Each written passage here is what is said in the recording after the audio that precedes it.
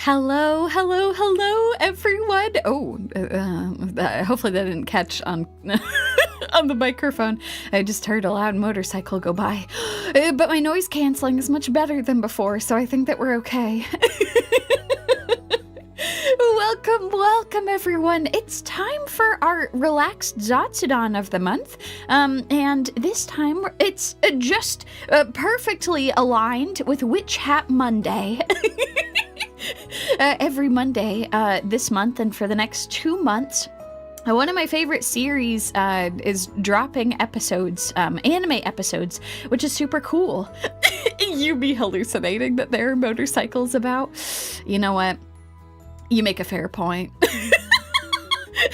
They follow me into my dreams. You know what? That is a great question, Tofri. Which hat, indeed? Which hat is the best hat? Well, this hat's pretty good. They love this hat a lot. Okay, so for folks who are not familiar with Witch Hat, it is one of my favorite series ever. It's existed as a manga for many years, and I was actually really nervous because it got an anime adaptation, and the manga is so beautiful, like so ludicrously beautiful. It's one of the best illustrated things I've ever seen.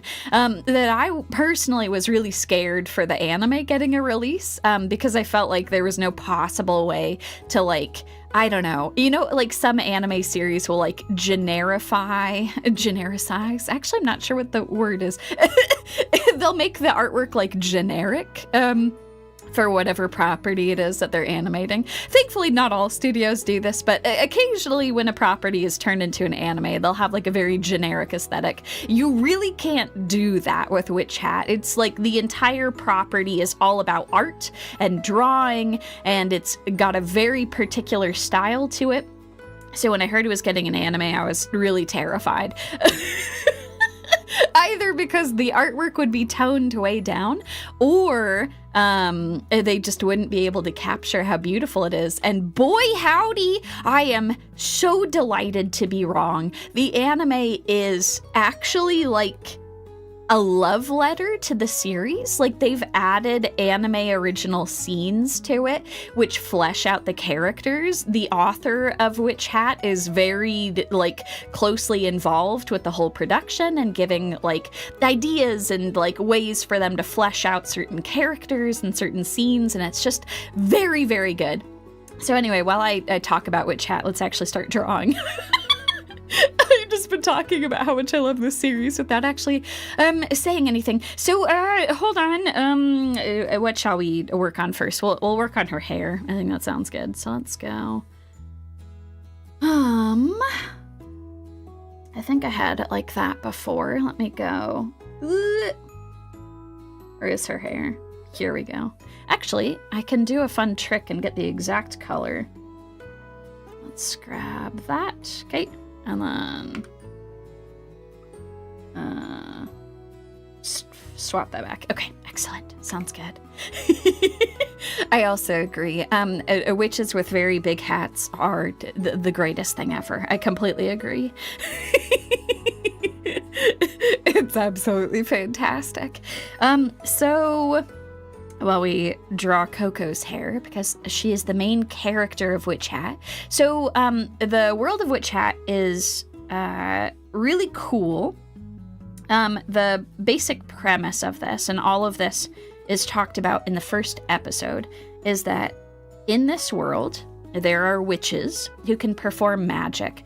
And in order to be a witch, you have to be born a witch. It's not something that you can learn. That is something that they tell everyone is true, and everyone just kind of takes it at granted that, like, of course, all right, you can never become a witch. You were born a witch, or you were not born a witch. But really, that's not actually true. The entire first episode is all about showing that, no, you can learn how to be a witch. And there's a reason why they've had to keep it secret, because they don't want everyone to learn how to do it. It's actually very dangerous and very easy for people to do if they figure it out, and it can lead to very catastrophic things happening. So yeah, it's a really well thought out system of magic. It's very creative. It's very closely related to drawing and art and sigils and things like that, which I think is super cool. As someone who loves to draw, I think that's very clever that that's how they do it. And I also think that they just do a really good job of weighing the moral question of, if magic is actually this easy to do, is it right to make it so that people don't have access to this? Is it right that there are certain rules in place about what type of magic? Oh gosh, hold on. How did that happen? Whoa. What on earth is happening? Oh my God, I know what happened. Hold on. Give me a second. I forgot I had it set up this way. Can I?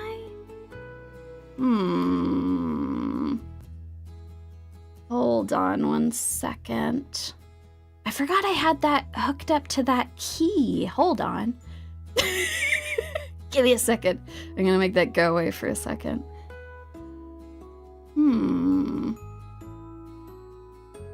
Let's change that to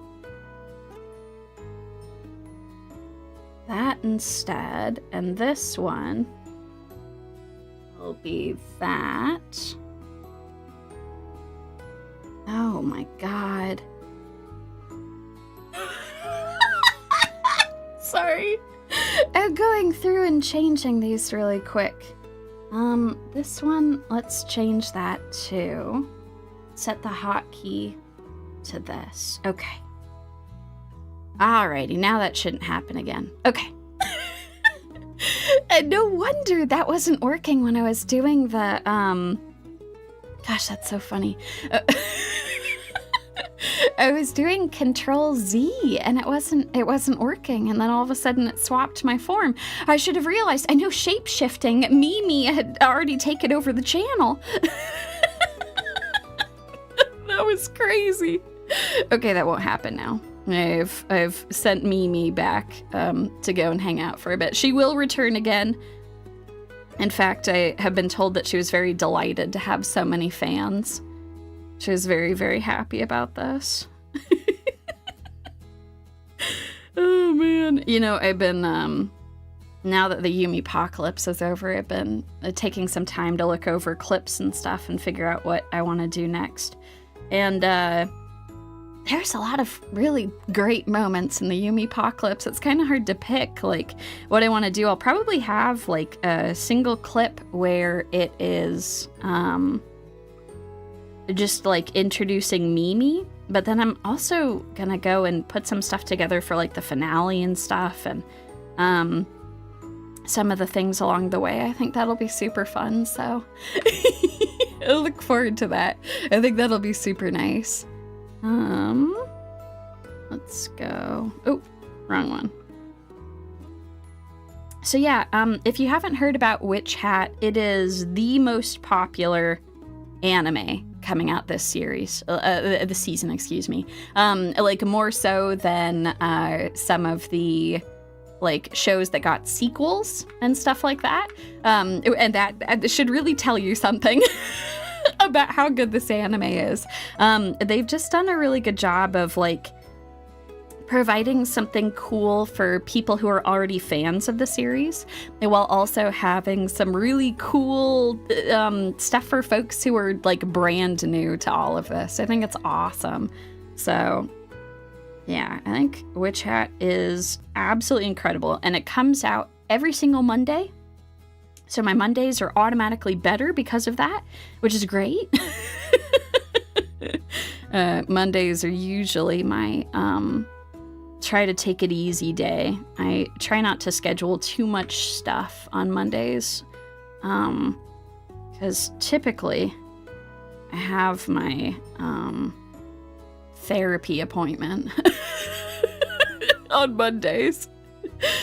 Oh God. And although they're very good, you do feel tired afterwards. Like, even if it's been like a good session and stuff, you do just feel tired. Like, I'm always really tired. And I've been told that's very normal. So I try to do like a low energy, nice, relaxing stuff on Mondays. And I think that has worked out pretty well. I'll either not stream at all, or we'll do easy, fun stuff like drawing or playing Monster Hunter. I love how playing Monster Hunter is like enough of a comfort game for me that I'm like, oh yeah, totally, we can totally play Monster Hunter. You know, it's just so relaxing going and murdering all of those monsters. It's just a fantastic time. That was so much fun playing that last week, by the way. I had an absolute blast. I need to go and do that some more with y'all, because that stuff is fantastic. I also saw you lovely folks sending more congratulations and stuff, because we actually hit 20,000 subscribers this last week, which is crazy. That's super cool. So yeah, I had a big old celebration. If you haven't watched it yet, it's super fun. I talked about a lot of cool stuff that's happened on the channel, like showed off very early versions of my model and stuff. As well as like my journey as an artist, improving to actually get better at doing character design and stuff. I don't know, it's really cool to go back and look over that stuff and be like, damn, come very far since then. Exactly. 20,000 potatoes to peel. You know, it is sad because right at the same time, YouTube was also making some really obnoxious changes. Like, I think they've made it so that people can't, like, grab their own clips anymore, which is super annoying. So, like, if you as a fan wanted to make, like, a little clip of a video, it used to be that you could go in and there was a little button that you could hit, and then you could select exactly like the 60 seconds that you wanted. Some folks in my community have used that for years to share moments that they've really enjoyed from streams, and they just got rid of it over the weekend.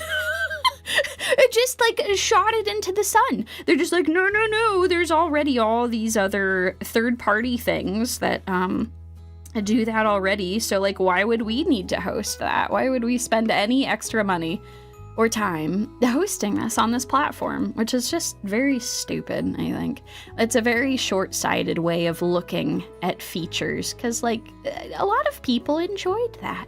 I'm glad that you'll still be able to share, like, if you share a video, it'll have like the timestamp of exactly where you were like watching. Like, you should still be able to do that, but that's just very stupid to me. Why must we take away the features? You know, they had that when they first changed how the search engine worked. They did that earlier this year, and that it had some good positive things and some negative things. For one thing, originally when they swapped how YouTube would like show you videos and stuff if you searched for them, it didn't have an option to sort by most recent video, which is kind of insane. So like, if you were trying to look for something that had just come out, it would just show you all of these other like suggestions and stuff instead. But thankfully they did like re-add that back again, because enough people complained. So I guess what I'm saying is, complain really loudly about the clips thing being removed, and maybe they'll bring it back again. So many people complained elsewhere. Like, I'm gonna write something on social media later today being like, why the hell would they remove this feature? It was such a good idea. Oh, God. Oh, Cypher, slowly working through track placer while listening. Hashtag choice fatigue is real. I completely agree. Oh my God. Especially with, track placer, that can be hard too. It kind of like requires some of the most active attention that you've got when you're going through shit and you're just trying to like keep track of all of this stuff. I always accumulate, like I hoard items in Trackblazer. And then I realized I have way too many of them. And I'm like, oh shit, well I should have used that turns ago. But it's already too late. It's already near the end of the run. And I'm like, well, shit. I thought maybe I would need this later, so I was accumulating many of them. It does get to you after a little bit. It definitely gets easier the more runs you do of it, but it's also just like, it's a lot of stuff to keep track of. Yeah, I was doing a lot of Agnes digital runs in preparation for my stream this week. And yeah, that was very fun, but it was also a lot of runs. It also made me realize that I spend a lot of time preparing for those sorts of streams. So, like, I don't know. I've been thinking about how to make that more sustainable. I'll have to talk about that some more during that stream, but it's given me some stuff to think about because I just spend a lot of time doing preparation runs and doing all kinds of stuff, and it is kind of nuts. Oh, that's wonderful. I'm so glad when people can listen along while they're doing their own art too. That's beautiful. Good question. I do know Pragmata is very popular right now. I can tell you definitively that I will not stream it. There's a variety of reasons for that, but first off, it's just not really in my wheelhouse. Like, I am being forced to play shooters pretty much at gunpoint by the Wendy's Corporation. So, under most circumstances, I will not willingly do this thing. But I do know it's very popular, and I am glad that folks have been enjoying playing it. Also, I don't want to have to moderate it.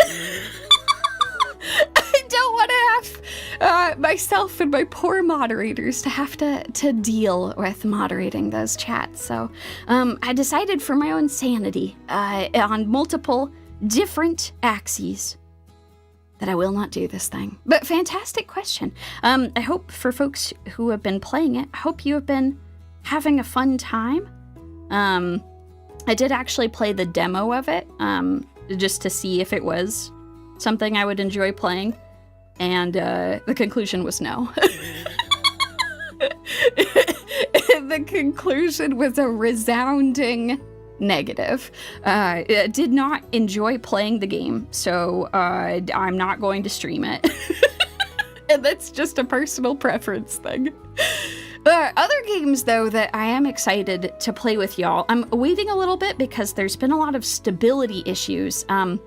Like, the game will randomly crash for people and stuff, and there's some extra features that I would like to be in the game before I stream it, but I'm really excited to play Monster Hunter Stories 3 with you all. I think that'll be super fun. I've really enjoyed not just like the mainline Monster Hunter series, but all of the Stories games are really fun too, and this one is very ambitious. It's super cool. It's got a lot of really awesome stuff. Yeah, I'm super excited to play that with y'all. I think that'll be really fun. I'm really looking forward to that. Hey, it's going to be great. So look forward to that. We will play some Monster Hunter Stories at some point. It might take a little bit because there's still so many... like, when I go and look up discussion threads on stuff, or when I go and look up the Steam reviews, there's so many of people being like, the goddamn game keeps crashing on me. And, like, I want to make sure that whatever the hell is going on there, they figure that shit out first before I recommend any of that stuff. Because some of these folks were able to run... Monster Hunter Wild's just fine, but Stories keeps crashing, so I don't know. There's something weird going on there. Capcom is a strange black box of technical problems. Like, sometimes the games work super well as intended, and sometimes it just kind of all falls apart. So yeah, we're just kind of waiting on that one. But a lot of folks that I really love for their voice acting are involved on the English side, so I'm very excited to play that with you folks. And I think it'll also just be a fun excuse to actually befriend the monsters instead of just murdering them all the time. I think that's the really good benefit of Monster Hunter stories, is that, like, it's a great chance you get to be friends with all of them. It's so good. It's fantastic. No murdering involved whatsoever. It's beautiful. Okay, let's see. How do I want to do this? I think that I will get some of these going at the bottoms of the hair. Do you know, I wasn't even initially planning on, I had 2 separate drawings that I wanted to do today. And I might actually still get both of them done, fingers crossed, but my hands just, they started drawing, and they just kept going. Then all of a sudden this, it all came together so nicely. I was so happy with how this has turned out. I think I put the line art together in like record time. It was like 2 hours or something. That's crazy. That's absolutely crazy. Oh, so yeah, it is beautiful. Yep, exactly, magical. No accidental murder either. Yeah, exactly. That's actually a really good way of putting it, Cypher. Monster Hunter Stories is Monster Hunter, but like with Pokemon instead. So you get to befriend all of the monsters, which is super, super cute. They're all your friends.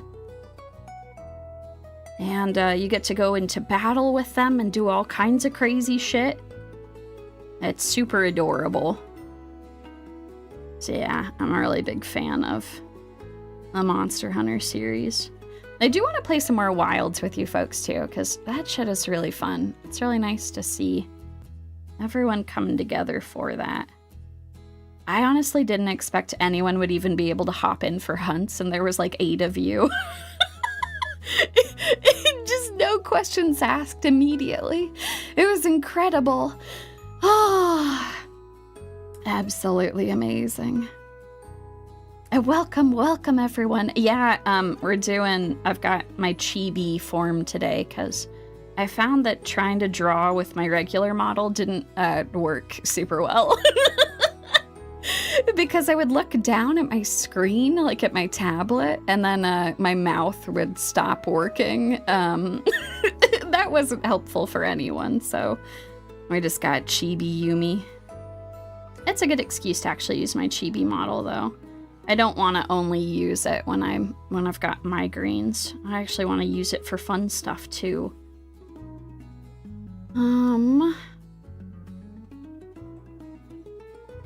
Yeah, the other thing that I'm gonna see if I've got time to finish drawing today is it is a blessed holiday today. Today is Rusader Day. A day to celebrate one of the most adorable mascots out there, and I wanted to draw that adorable Rusader mascot. We'll see if I actually will have time for it, but I'm hoping I can pull it off. But I don't know, I just, it's a good thing to have lots of ideas to draw stuff. And if I don't quite have time for all of them, then that just means I'll have other fun stuff that I can do. Okay, this is looking pretty good. I'm gonna smear those lines here in just a second, but let me go. I think I'm also gonna add this. Let's go like that with that. Okay. Alrighty, it's line smearing time. Let's go. I can actually do the same thing over here. I'll go like that. So that's gonna get smeared in a second. And we'll do it over here too. Okay. One of my favorite things It's blending time. Blending time. And this is one of the things that has stuck with me even after all this time with digital art. Still really like being able to smear stuff, just like I did when I was doing oil paintings. I think it looks very lovely. It's a great way to get some texture on stuff. Now let's go like this. Excellent. So I always draw these out first, and then we go back over them, and we smear them like we've got a palette knife, or like your hand or something. And the amount of oil painters that will just use their hands just to like move stuff around. I don't know. It's just something that you do. I always made sure to wear gloves because you shouldn't be touching paint with just like your hands. Some paints are really, really toxic. Like a lot of oranges in particular, for a very long time, they had cadmium in them. There's still some orange paint that has cadmium. You do not want to touch that stuff.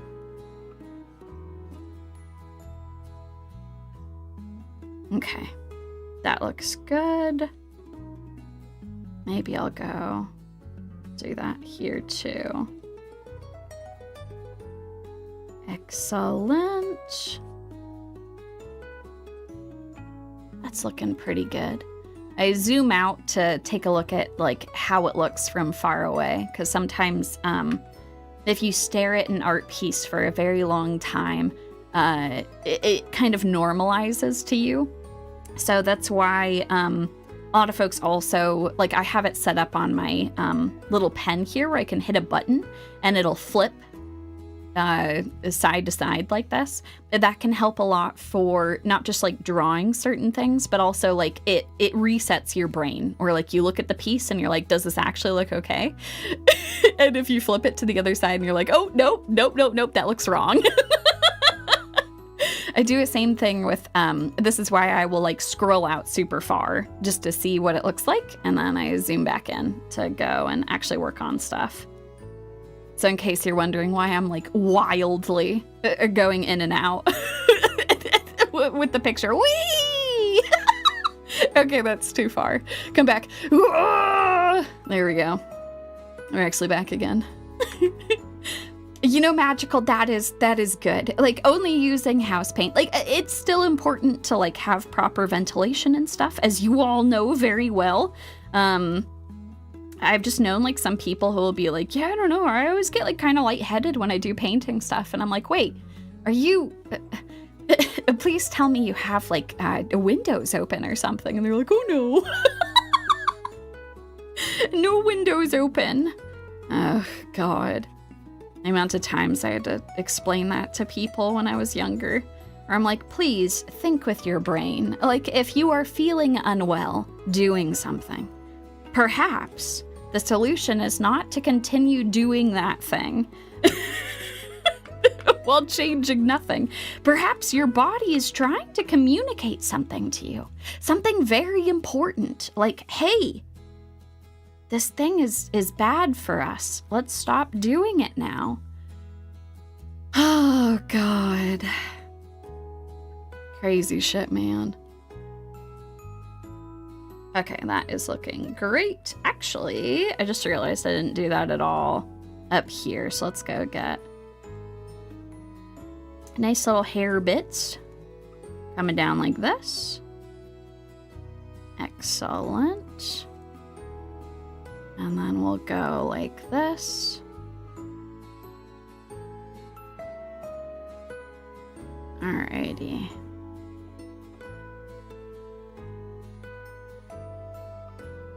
Awesome. I'm gonna soften up the edges of some of these shadows too, because that can also help a lot. Kind of thing that natural shadows do. Okay. That's all looking good.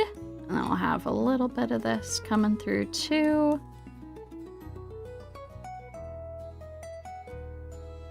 Excellent. It's all coming together slowly but surely. It's okay. I only sniff organic paint.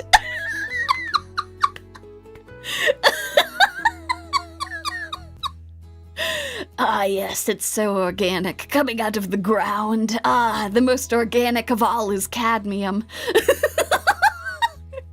I don't know, that's the shit that always gets me with, like, the, like, aggressively organic shit, where it's just like, oh, but it's natural. And I'm like, you know what else is natural? All sorts of poisons and viruses and all kinds of stuff. It's like, oh God, oh, you're gonna, oh man. You know, I guess that's what you all come here for. That's what you crave. The Yumie rants about all kinds of stuff. So, okay, we're gonna have a tiny rant about some of this shit, because, like, I've been thinking a lot about this and feeling very pissed about it. I think it is so stupid that we have gone from, like, a thing that was just, like, folks were charging you more money for organic stuff. Like, on its core level, organic food can be grown in better conditions than, like, big agriculture, but realistically, there will be some things that are still pretty similar. Like, you all should be aware that the thing that makes it possible to feed our planet are things like fertilizer and herbicides and pesticides. It's not ideal. It would be cool if we had better ways to do that. As many of you know, I am very in favor of a lot of GMO stuff, because the stuff that they often do for GMO stuff, I'm actually getting rid of this. This was too much up here. The stuff for GMO things tends to be making them resistant to certain types of parasites. So yeah, exactly. Organic is a thing, but there's also organic and it's just marketing. Exactly.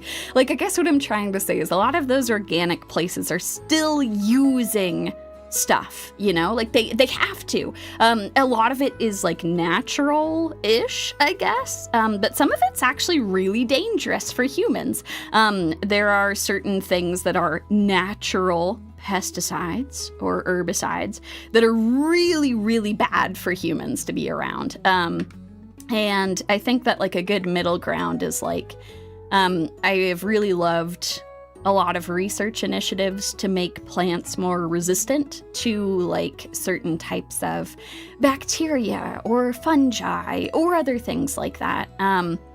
And then it means that farmers don't have to dump as much stuff on their crops, you know, making plants more efficient in some way, either through natural breeding or GMOs, which is just you're accelerating the breeding process. You're making it less a thing of chance and more of, like, okay, we know this exact gene that we want to be there is there, so it will actually work pretty all right. So I think that stuff is really cool, like the BT crops and stuff like that. They produce a particular thing that will only interact with insect stomachs, but it has zero effect on humans. They have, like, examined that extensively and looked into things. And fun fact, bug digestive systems are very different from humans. There's a very different structure going on inside, and there's all kinds of cool stuff that is all different. So yeah, I am someone who, I'm not going to tell you not to buy organic stuff, but you should be aware that a lot of these people, like, if you're buying organic stuff because you don't want pesticides or, like, other things used on your food, the organic people are still doing that. Like, you should still do stuff like you would with any other food, where, like, make sure to wash off your vegetables. You should still be cooking food that needs to get cooked. And we should stop making it so people are drinking raw goddamn milk. What are we doing? What are we doing? Oh my god, absolutely insane. Ugh. So yeah, I don't know. The fact that that has gained popularity will never stop horrifying me. And I'm never surprised when news reports come in of people getting very, very ill from drinking milk that hasn't been pasteurized. Like, you all understand that pasteurization is just superheating the milk, right? Okay, if you didn't know that's what pasteurization is, that's what they're doing. They're superheating the milk. They're killing all of the bad stuff that's going to, like, ruin your insides. Like, it's a very straightforward, very cool thing that humans have learned to do to actually drink milk safely. Please do not drink unpasteurized milk. I'm begging you. If you're someone who's had it and you're like, well, I didn't die, maybe don't let survivor's bias get to you. You got lucky. Please don't have raw milk. Oh my god. So anyway. Cypher! I did a poster/paper on raw honey, and we found BC and BT in 16S sequencing, human and insect pathogen. Ooh! Yeah, like there's all kinds of stuff, man. Like it is, just because something is quote unquote natural, it does not mean it is good for you to consume. There's all kinds of poisonous mushrooms, man. There's all kinds of stuff that's natural. And yeah, I'm just saying, please don't drink raw milk. If someone ever gifts you raw milk, that was something that's been happening in, like, thankfully not in my area directly, but I've heard of people who their neighbors will give them raw milk. Oh my god, if your neighbor ever gives you raw milk, take it and throw it into a fire. Me on my way to consume uranium. God damn it, Magical. We've lost him. We've lost him. It's all over. Oh, God. We were too late. It wasn't fast enough. Yeah, no, that's the thing. Like, humans, like all animals, can evolve and adapt, but not that quickly. That's just not gonna happen, man. Oh, God. Yep, exactly. Just because it's naturally occurring doesn't mean it's natural for you. Exactly. Would throwing raw milk in a fire pasteurize it? That's actually an interesting point. You know, the temperatures you have to get to pasteurize milk are pretty high. Like, I guess theoretically you could, like, really boil the milk or whatever, and, but I still wouldn't do that. Oh my god, if a neighbor showed up and was like, here's some raw milk, just, you know, pasteurize it yourself. That would be insane. That would be crazy. But to answer your question, it would probably help. It'd be better than drinking it raw. What a stupid goddamn trend. Oh my god. I feel like sometimes we as humans have done, and I guess snake people, we as humans and snake people and vampires and so forth, we've done some pretty incredible things. Like, modern medicine is kind of incredible. There's a lot of really cool things we've been able to accomplish as a species. And then, like, you see this shit where people are like, I'm not gonna drink the pasteurized milk. They're doing something to it. And I'm like, yeah, they're heating it. Oh God, has our education system failed? No, I do think that is just some willful ignorance. There's plenty of very good reasons to just drink the milk that you get from the goddamn store. And one of them is that they had professional pasteurizing equipment so that you're not gonna die very painfully and very sadly from drinking raw milk. Ah, it's coming together. Let's go. I actually think, this stuff on the bottom. I think I'm actually gonna go over that with, we're just gonna go pure white on that, and then we'll go like this. I like adding a little bit of this on the bottom. It's always fun. It brings some stuff together. I added a bit of green, not just for like reflective stuff, but like Coco's hair has a lot of green in it. Oh, let's go just like that. And so go like that. Okay, excellent. It's coming together.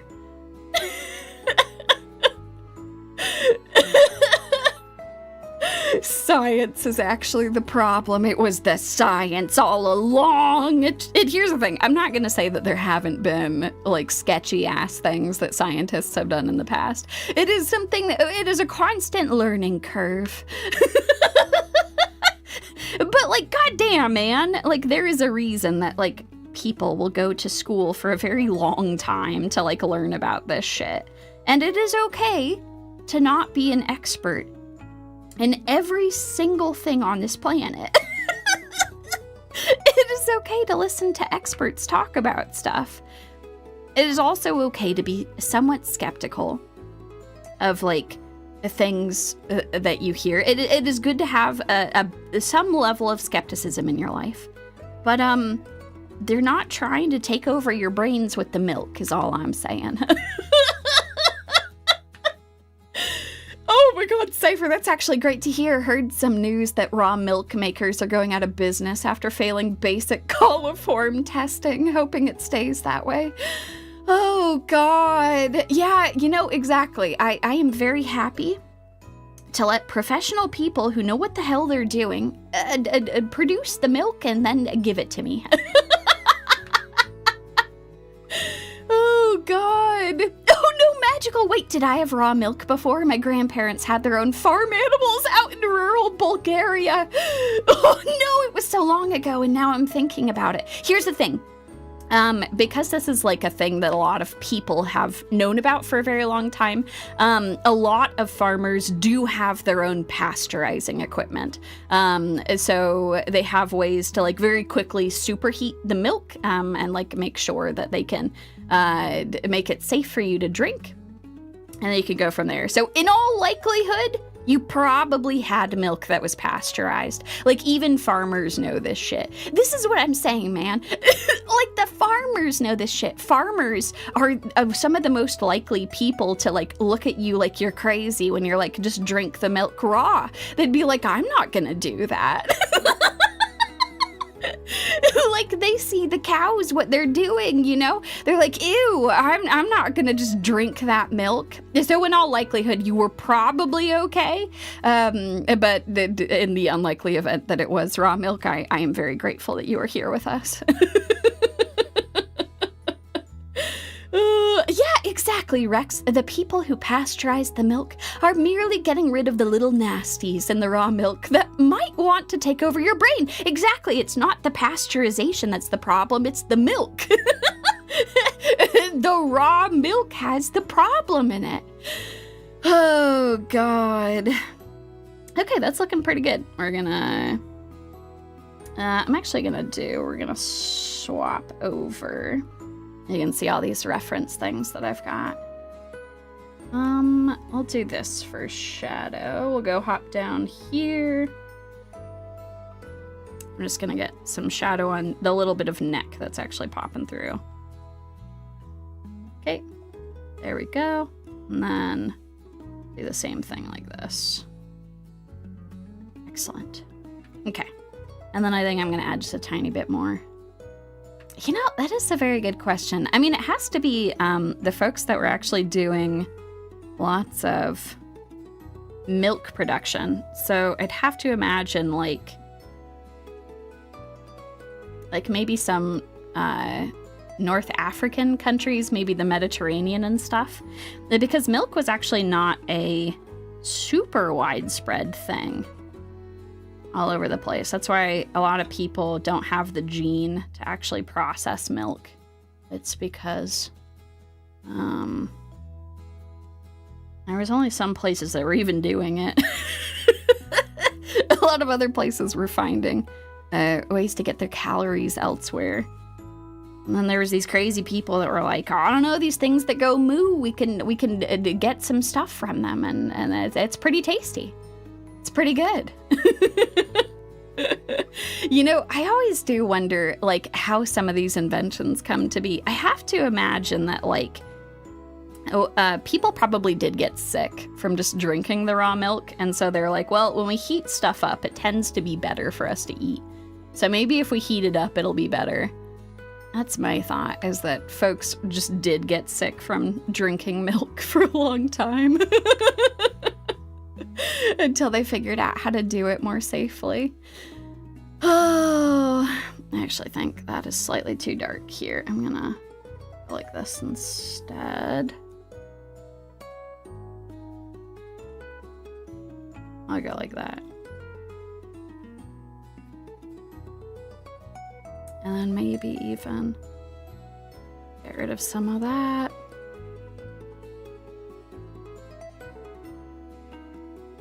Okay, that's fine for now. I might mess with some of that later. Oh, Zybin! My former employer was one of the full organic vegan types. There were some interesting opinions on milk. First time I ever heard the term big dairy. And listen, okay, so there are like totally legitimate complaints, I think, for folks to have about how milk is produced. It's actually, at its core level, kind of a cruel industry. Because if you think about like how milk is actually created, what they do is they just breed dairy cows constantly, and then they separate them from their babies, and then the people get the milk. The babies don't. The babies get sent off and given their own stuff and then probably turned into like meat cows. It is a very tragic industry. And there are some people who do it in a more like ethical and sustainable way. But like en masse, a lot of dairy that is produced from very, very sad cows. And I do think about that a lot because I don't want the cows to be sad. I like animals. If I didn't have as many problems health-wise as I did, and was able to be more picky about the things I ate, I probably would try to be a vegan, just from a pure ethical standpoint. I don't think I'd ever, like, be upset at people for eating meat. I mean, God, I'm in a position where I have to, because, like, a lot of food I can't eat, so I gotta get my protein where I can. But yeah, unfortunately, I do think that there are plenty of people who have like some good kernels of truth, and then it just gets way too distorted. Like, I grew up around some people like that, which is why I do have some very strong opinions about it. About some of the things that are very legitimate and some things that are not. Like, I feel like sometimes some people will read, like, I don't know, this is going to be one of the most judgmental things that I say, as someone who tries very, very hard not to be judgmental. But if someone ever tells me that one of their favorite authors is Michael Pollan, my opinion of that person goes down a little bit. And I'm sorry if you're someone who likes Michael Pollan. Let me help you with this problem that you have. I promise it will be good. And for those of you who are like, who the hell is Michael Pollan? I think you've spent less time around hippies than I have, which is good in some ways. I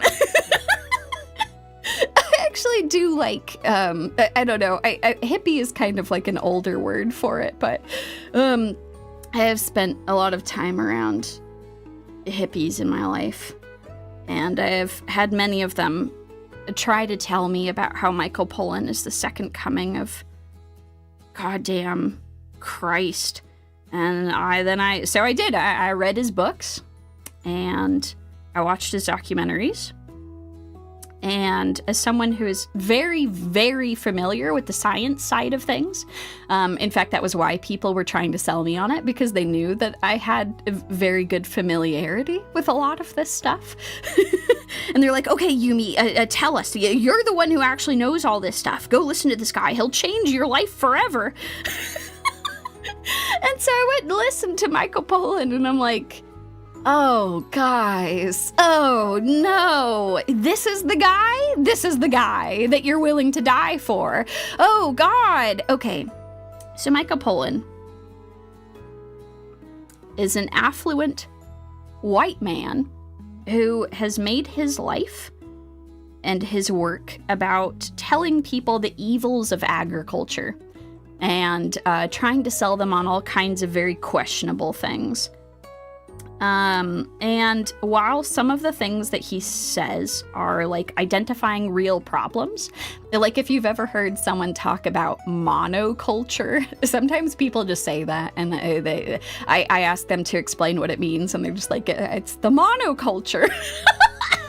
And I'm like, okay, let's break down the word. Yes, exactly. Oh, God. Good grief. Oh, good. So Michael Pollan has some things that are legitimate. Monoculture, for folks who have not heard that word or are curious what it means, it is referring to the phenomenon in my country and in a lot of countries where farmers disproportionately plant kind of one or two types of crops, and you just have fields and fields and fields. In my country, the issue is a lot of people will just plant corn or wheat or soybeans is kind of like the big three. They'll plant one of those three things. Then a monoculture is where you are growing a bunch of things and they're all kind of one plant. And it is actually a problem for a couple of reasons. One of the reasons is that if you have so many of the same plant that are all like right next to each other, if there is a disease that any of them get, it will spread like wildfire throughout all of the plants. That's a huge problem. This happens all the time in corn and wheat. It's an enormous problem. They have to spend hundreds of thousands of dollars trying to offset the problems of this. A lot of initiatives have been started to like encourage farmers to rotate which crops they do. The potato famine's also a great example. That was actually the particular fungus that caused that famine. It's still around. We've never eradicated it. It's actually very difficult to completely eradicate some of these things. So potato farmers have to use some of the most fungicides of any farmers, period, because otherwise all of their potatoes will die.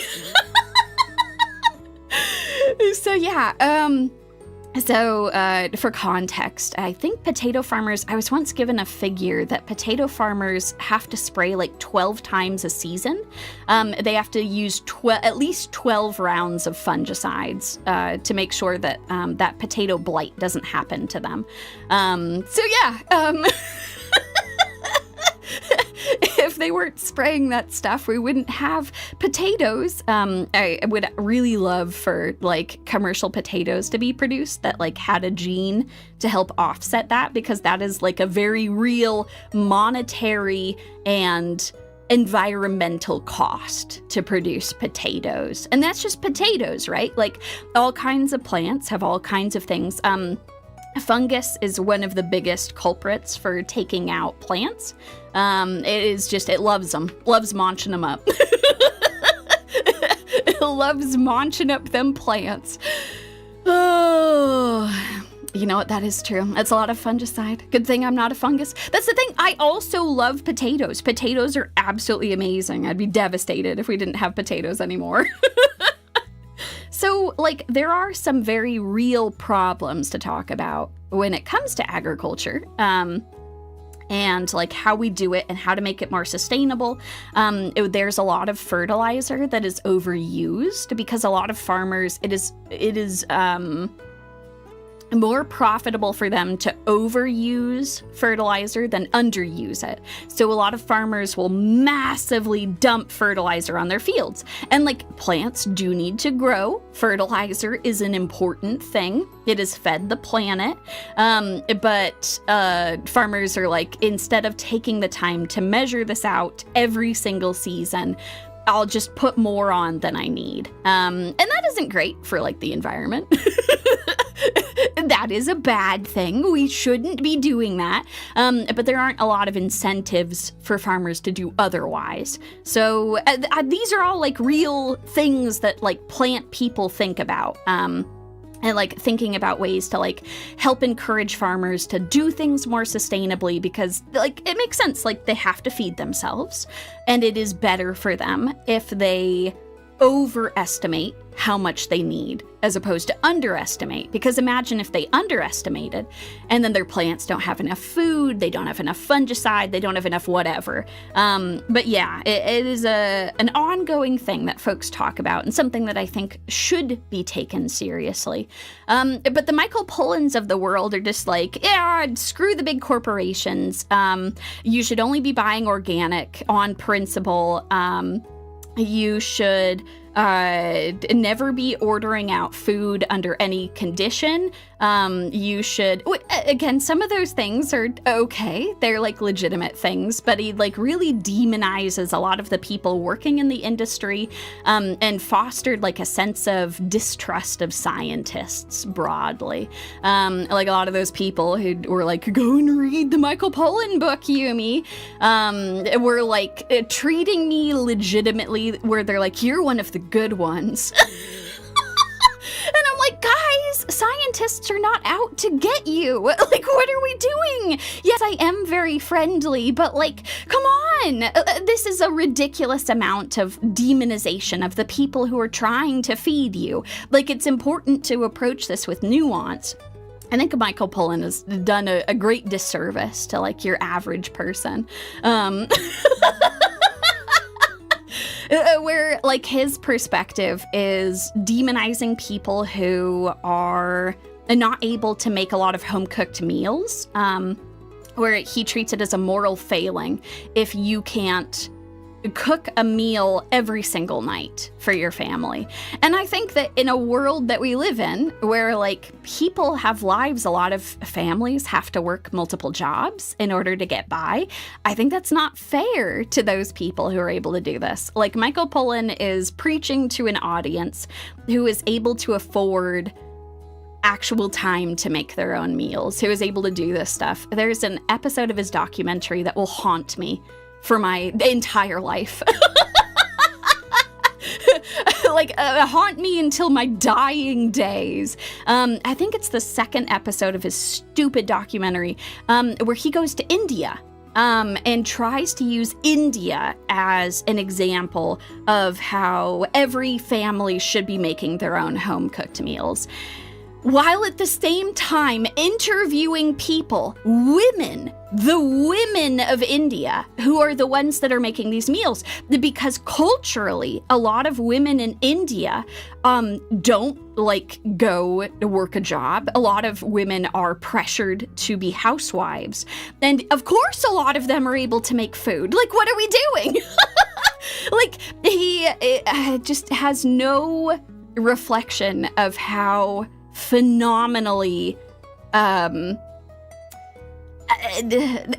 know this is going to sound like a buzzword, but it is actually a correct application of the word, privileged he is. He is a wealthy white man who comes from the United States, and he has the time and the resources to buy very expensive organic food and spend hours and hours making it himself. And your average person is simply not able to do that. And then he, in the same breath, looks at a country like India with absolutely fantastic food, but a very bad gender disparity for the women who live there. The place where lots of people are unable or like unsupported in like a working life and is like, yeah, we should just be more like India, where like we have all of these housewives and stuff. We should just go back to the 1950s. I don't know. Whenever I pointed that out to the people who were fans of Michael Pollan, they got very offended by this, being like, well, but he does appreciate women. He's not a sexist. And I'm like, okay. But I need you to square that with that episode, because he's essentially being like, we should just make the women like we should have one of the spouses be a work at home cook. Like, he was just like taking care of the kids and doing all the cooking and stuff. Absolutely insane. I'm sorry, that really got off on a rant. I have some very strong feelings about that. But I couldn't believe that shit, where they're just like, yeah, no, just bring back stay-at-home moms. And like, again, it's totally fine if you're gonna be a house spouse, but yeah, agreed, in this economy, it is substantially harder for one particular, like, partner to be a stay-at-home anything, because the world has just gotten so much more expensive to live in. So maybe instead of telling people that like they're morally deficient for like buying the food that they buy, and that like everyone should just make their wives stay at home and make food and stuff. Maybe we should all just learn a little bit more about like how our food is produced and like be more on top of all of that. I think that is a worthwhile thing. So anyway, I hope that this rant was helpful in that way, to know like some of like the very real problems that there are, but how Michael Pollan is not going to fix them for you. Yeah, exactly. It is so much harder to have a sole breadwinner. It's a really difficult thing. And I think it is very unrealistic to look at a country that still has a lot of that and to be like, yes, that is the solution, instead of like, no, that's just a different problem. Like, we should still treat that as like real labor, you know? But oh, God. Yeah, exactly, Cypher. Add more tools to the toolbox rather than only use these tools. So all of this is to say, this is why you shouldn't just blindly buy organic stuff. It is important to have some knowledge about the people that are producing things, because a lot of companies will just slap stickers on stuff. Because like they know that people will be like, well, this is healthier for me, and then they'll jack up the price for it. I think it is worthwhile to look into the people who are behind the food that you are purchasing, and also know that it is okay to buy food to feed yourself, because did you know that we live in a uniquely plentiful time where there is a lot of food that is very calorie dense for people. In fact, another thing that really pisses me off, he had a whole episode about bread that really got under my skin. Hold on, I'm going to swap over to drawing Brushbuddy while we talk about this. He had a whole episode ranting about enriched bread. Which is one of the craziest goddamn things I have ever had the disprivilege of listening to.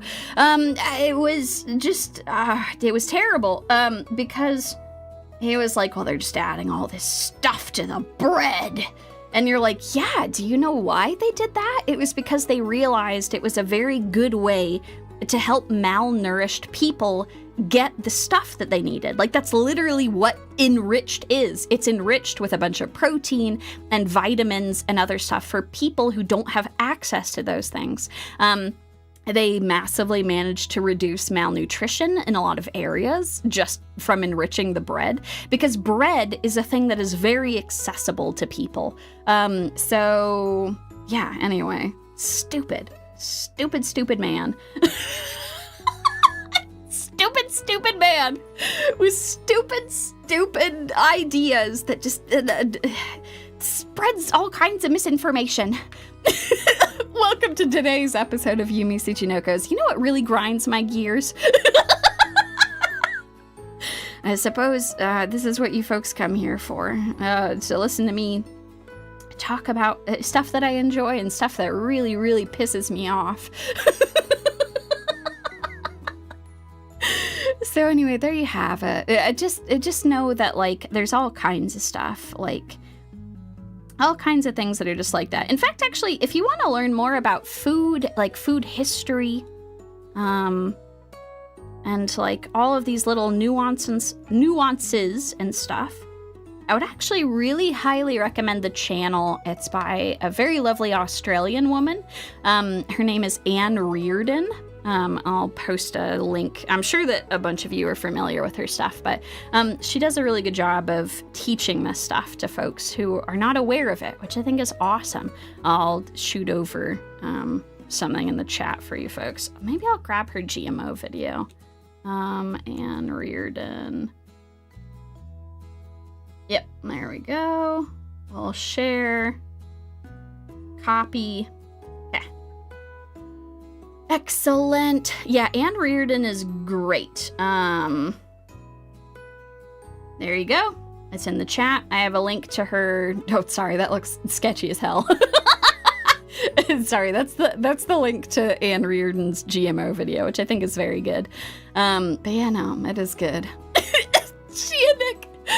Only Yumie can make a rant sound chill. Oh, thank you. I appreciate that. But yeah, I think Anne Reardon is fantastic. She does a lot of debunking videos, but they're very educational, just explaining how to actually make food. And she does a very good job of explaining a lot of food science stuff and agriculture things. And I think she's just a very swell lady with a very nice family that shows up for videos and stuff. So yeah, it's really nice to actually have like really good educators like that go viral, because it brings in a lot of folks. The reason I was thinking of that is this last week she had a video where she was talking about exactly this sort of topic, talking about labels for food. Downloading virus now. No! Not like this! I tried to help educate them, and it all backfired so quickly. But yeah, there was a debunking video recently where someone sent in some stuff about how real is this, that like there's all of these extra ingredients in food labels and stuff now. And she just explains it's a regulatory thing. Because it is. Like, now companies have to actually report all kinds of extra stuff, and in very particular ways that they didn't have to before. So the reason why ingredient lists are so much longer now is not some stupid goddamn conspiracy. It's just that many world governments told people who were making the food that they had to actually communicate that shit better. They're like, you can't just say that there's bread in it. You have to say that you threw in all this other shit too. Oh no! Hey, nice link. Oh, why is my bank account hacked? Oh no, it's all over. God. It all went downhill so fast. But yeah, Anne Reardon is great. It's nice too because when she's like said things that have been like confusing, or if she's gotten like new information, she does a really good job of updating that after the fact, circling back around on things and whatever. So I think that is great. Our little brush buddy is looking so good. Okay, quick sidebar, and then we can keep ranting about shit. Okay, so one of the most recent episodes of Witch Hat introduced a Brushbuddy, my favorite character. I love Brushbuddy so much. Brushbuddy is like a species of adorable creature that makes very cute sounds.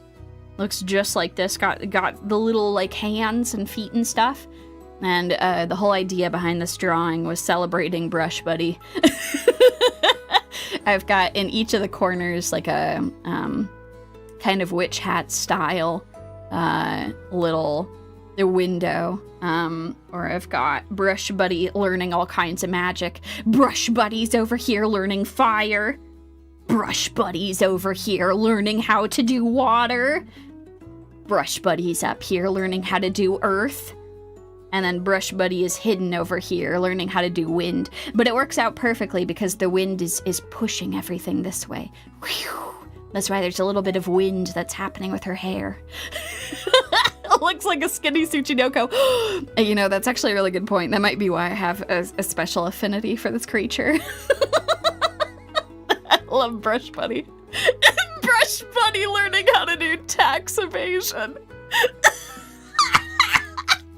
This week on Witch Hat Atelier, Brushbuddy teaches us all how to dodge the man. Brushbuddy teaches us why the IRS sucks shit. No, Brushbuddy, don't do it. Don't become the evil in the world. I don't like having to do taxes, but they are important. Oh, God. Why does Brushbuddy look like anime Bob Ross is familiar? You know, that is a great question. For this in particular, Brushbuddy doesn't typically wear a hat, but I put a little hat on him because I thought that was adorable. And also, this is the pen that Coco uses when she's doing magic. So that's why Brushbuddy is clutching it. Brushbuddy has become a little witch. Oh, God, that's incredible. Oh, Cypher, that's a great point. Ah, yes, circling back to what we were discussing. Her hypothesis testing is 100% perfect. Could use her videos to teach the scientific method. Yeah, it's why I love Anne Reardon a lot, because, like, it's not just about food. She's also teaching you how to be, like, a more curious, more educated, scientific person. She does a very, very good job of explaining her rationale for why she tests stuff, and then, like, showing you how she's able to do the experiment. Okay, that looks pretty good. We'll get a shadow going for this stuff. Just like that. I've been adding little, like, wavy bits to the edges of the shadows to show that Brushbuddy is very fuzzy. Let's go. But yeah, Brushbuddy is life. Brushbuddy is everything. Brushbuddy is the best. Brushbuddy's famous words. I don't care who the IRS sends. I'm not paying taxes. Oh, God, Brushbuddy, no. Brushbuddy, how could this happen? You were the chosen one. You were supposed to lead the way. To get people excited about art. And about animation.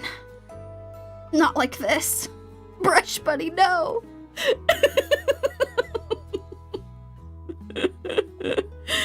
Oh, man. Brushbuddy is fantastic, though. I love this cute little bean.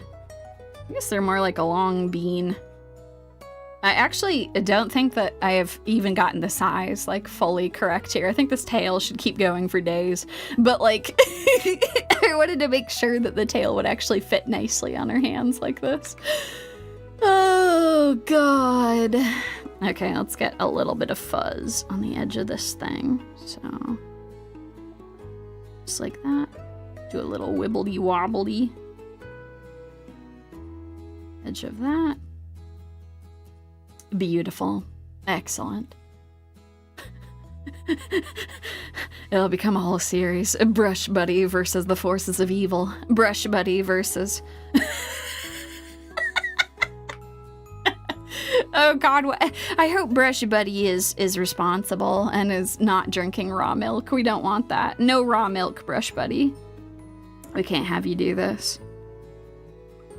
Okay, let's go. I'm actually gonna do a tiny bit of... I'll go like that. Sometimes if you add like a tiny bit of shadow right around the edge of something, especially if it's super light like this, it can help make it pop a little bit more. So I'll add a tiny, tiny bit of shadow. Right on the edge, just like that. Excellent. I actually do that with faces a lot. Like if you zoom in, enhance, enhance. Oh, that's too much enhance. You can actually see I've done something like that with the shadow around her face. I've done that same thing. So I've got a tiny little bit of shadow that goes around just like that. And I do that for all my faces and stuff. And technically, we've kind of done that with the skin, too. I need to go back through and mess with that a little bit later, but... No! Brushbuddy gets hospitalized from tuberculosis! From the raw milk! Brushbuddy, no! Poor Brushbuddy. Oh, man. You know, it is kind of crazy to me. I was thinking about that meme, "You were the chosen one, Brushbuddy." It's kind of nuts to me that, like, okay, so, like, I am old enough that I was around when, the original, what do you call it? Or I guess the new trilogy. God, what do they even call it now? The Anakin ones. Shit, my brain is melting. I think it's supposed to be the new trilogy, because the old trilogy is 4, 5, 6, right? Episode 4, 5, 6. The good ones. So when the new Anakin trilogy, the prequels, oh my god, thank you, my brain was dying. Too much Brushbuddy happened. The prequel trilogy, thank you. Oh my god. Too much brain rot from Brushbuddy. So the prequel trilogy, when it first came out, people hated that shit. Like, it got terrible reviews. Everybody thought it was the stupidest goddamn thing. Well, I mean, the first one I think is like, I think we all agreed the first one is objectively bad, right? Oh god, I'm sure there's gonna be people that'll be like, no, it's the greatest thing ever. And you know what? That's fine. You're entitled to your opinion. But, the first one is really bad because Jar Jar Binks is, like, has way too much screen time. Jar Jar Binks has become a meme, but let me tell you, like... Even children knew that it was a step too far to, like, do the Jar Jar voice. Like, I was a child when the prequel trilogy came out, and people wouldn't even, like, as a meme, do the Jar Jar voice because they're like, oh god, this film is so bad. And of course there was all this merchandise everywhere, and no one wanted to be caught having any Jar Jar stuff or whatever, or saying that you enjoyed it. So the first film finishes, and it's Star Wars, so of course they're gonna finish it. The whole series wasn't scrapped just because it was off to a rocky start. And then, like, the second and the third one, I think, like, is really where the legends were born, because there were so many memeable lines in the second one in particular. Like, Anakin being a bratty teenager was kind of incredible. Like, it was really funny to watch. So people started, like... ironically talking about it, and, like, doing all sorts of lines. Oh, I hate the feeling of sand. It gets everywhere. It slips through your fingers. All of the Padme memes and stuff. And then, like, the third one was just, like, chocked full of all of them. Holy shit. Oh, man. But then, yeah, I don't know. It's like time has gone on. I feel like things have really circled around where, like, now I've, like, heard people talking about how the prequels were always good. And, like, you know, everyone always loved them a lot. Which is kind of amazing to see. Like, we've really come far in the last, like, 20 years for that to happen, you know? To go from, like, people only talking about it as a meme to being, like, genuinely enjoying portions of it is kind of amazing. So, anyway, more power to you. I always feel like I lived in Bizarro World. I never heard anything negative about the prequels for ages, except for Jar Jar. See, here's the thing. That's what I'm saying, though. Jar Jar has always been reviled. Jar Jar is objectively, like, one of the worst parts of the series, not just because he was a pivotal vote to making Palpatine Emperor. I mean, my god. The Jar Jar actually worst character. I don't know. I guess, like, some of the sequel stuff sure has a run for its money, but I haven't actually watched the I think I only watched the first sequel. I only watched the first of them, and then I was like, I think I'm good. I don't need to watch more of these. I'm already plagued with way too many of these damn superhero films, so like I'm just gonna go do my own thing. I ended up listening to my Kamiyoshi, Jenny Nicholson's summary of the very final Star Wars sequel film. That poor woman was devastated. Oh God. Reasonable, you're not missing much. It's amazing because they swapped directors, right? Like, you know what? I actually don't know that I like all these little, I don't know. I guess they're fine. I can leave them. I'll get little more spots over here. Little tufts. Like, they swapped directors between all of the films, and it's a hot mess. Like, the last film, like, completely rejects some of the things from, like, previous films. Like, the director just was not on board with some of the changes, so it just, like, wrote out characters completely. Which is insane. But yeah, no, I completely agree that watching 4, 5, and 6 is still very fun to do. You know what's interesting? I've actually watched a couple of different, like, things that are supposed to be classics, you know? Like, things that I think everyone should watch at some point or another. I had some friends in college who had never watched Star Wars before, like, at all. So we watched Star Wars together, the original trilogy. And they also hadn't seen Lord of the Rings, so we watched Lord of the Rings together. And I will say, this is not like a knock on Star Wars. Maybe it is. I don't mean it to be like anything too crazy, but it is interesting that the friends who hadn't seen either Star Wars or Lord of the Rings came out of it obsessed with Lord of the Rings. Like, absolutely obsessed with it. Like, bought all the books, got super into all the lore. Like, absolutely went crazy for it. And came out of Star Wars and were like, it's all right. It's okay. I think that some of that is that, like, I feel like a really good time to watch Star Wars is when you're a kid, you know?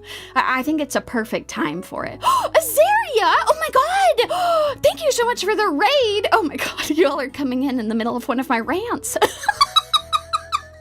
guess it's better than it's this rant compared to me explaining how, like, food is produced and stuff from earlier. Oh, but welcome. I hope that you had a fantastic stream prior to this. Hello. Oh my god. You folks should go and check out Azaria. She has a very lovely channel. She does a bunch of games that I'm actually really terrible at. Like, I'm really bad at shooters and she's really cracked at them. So if you want to go watch someone who's actually good at them, you should go and check out her stuff. That's so sweet of you to swing by. Thank you. No, she's being modest. She's being very modest. Here's the thing. It takes all of us years to get like this. I don't think any of us are ever born cracked at stuff, but she's cracked at it, and you should go watch her. Yeah, today I've been talking about Witch Hat Atelier, one of my favorite series, which has gotten an anime, and it's Witch Hat Monday. It's when it normally releases. So we've just been hanging out and talking, and I have definitely not gotten super off topic. Talking about all sorts of random stuff. What we're currently talking about is the Star Wars films. And how the prequels really kind of circled back around to being like cult classics. But that when I tried to show them to some friends when we were adults, they didn't like them nearly as much as I'd hoped that they would. And that to me, I don't know, it made me recontextualize that, like, I watched a lot of Star Wars stuff when I was really little, you know? Like, I think I was in elementary school when I first watched Star Wars. So there is, like, a non-trivial amount of nostalgia tied to it. But I think the other thing is that I think that we just made an unfair comparison. Like, we showed them Star Wars, and then we showed them Lord of the Rings. And I'm sorry, Star Wars, there is only so much that you can do to compete with, like, one of the greatest pieces of cinema that's ever been made. Like, the original Lord of the Rings is so well done that they did such a phenomenal job with it. And then, yeah, of course, all those friends were just absolutely obsessed with Lord of the Rings from there. And I'm like, okay, well, we're in a good spot. Yeah, no worries at all. I hope you have a wonderful rest of your day. And thank you for bringing your very lovely community over. I hope that you folks enjoy. But yeah, I still think that Star Wars is a very, like, culturally important work. I think there's lots of references to Star Wars everywhere where, like, it is still something that everyone should watch. You don't have to watch the prequels. You can just watch the original trilogy. But if you do watch the prequels, you'll understand lots of memes that people of my generation make. Oh, man. It is incredible. I don't know. Us millennials just, like, get up to some crazy nonsense, man. There's so much random stuff that exists in meme forms because millennials thought it was funny. I guess I'm sorry about that. I'm sorry that, like, you all get to learn the millennial memes. You all have plenty of the goofy ass shit too if you're a Gen Z or Gen Alpha as well. I know some of you are Gen X too. You know, I was talking with my husband about this, that, like, the generations are kind of silly. Like, the cutoffs for them. Like, I am only a couple years older than, like, the oldest of the Gen Z. And, like, I'm a millennial. I don't know. It's weird. Magical. I am the Senate. Yeah, there's enough memes that I think it's a good idea, probably, to watch Star Wars at some point in your life. I think it's a very good idea. And then watch Lord of the Rings because it's just genuinely fantastic. Watch Lord of the Rings because it's very, very good. And even though they changed plenty of things from the books, like there were certain things that they just didn't have time for and they had to cut out, I think the films are a masterwork of filmmaking, music, acting, a lot of practical effects that are very impressive, that would have been like full CGI otherwise. And you know that because some of the newer Hobbit films are all CGI and they look terrible.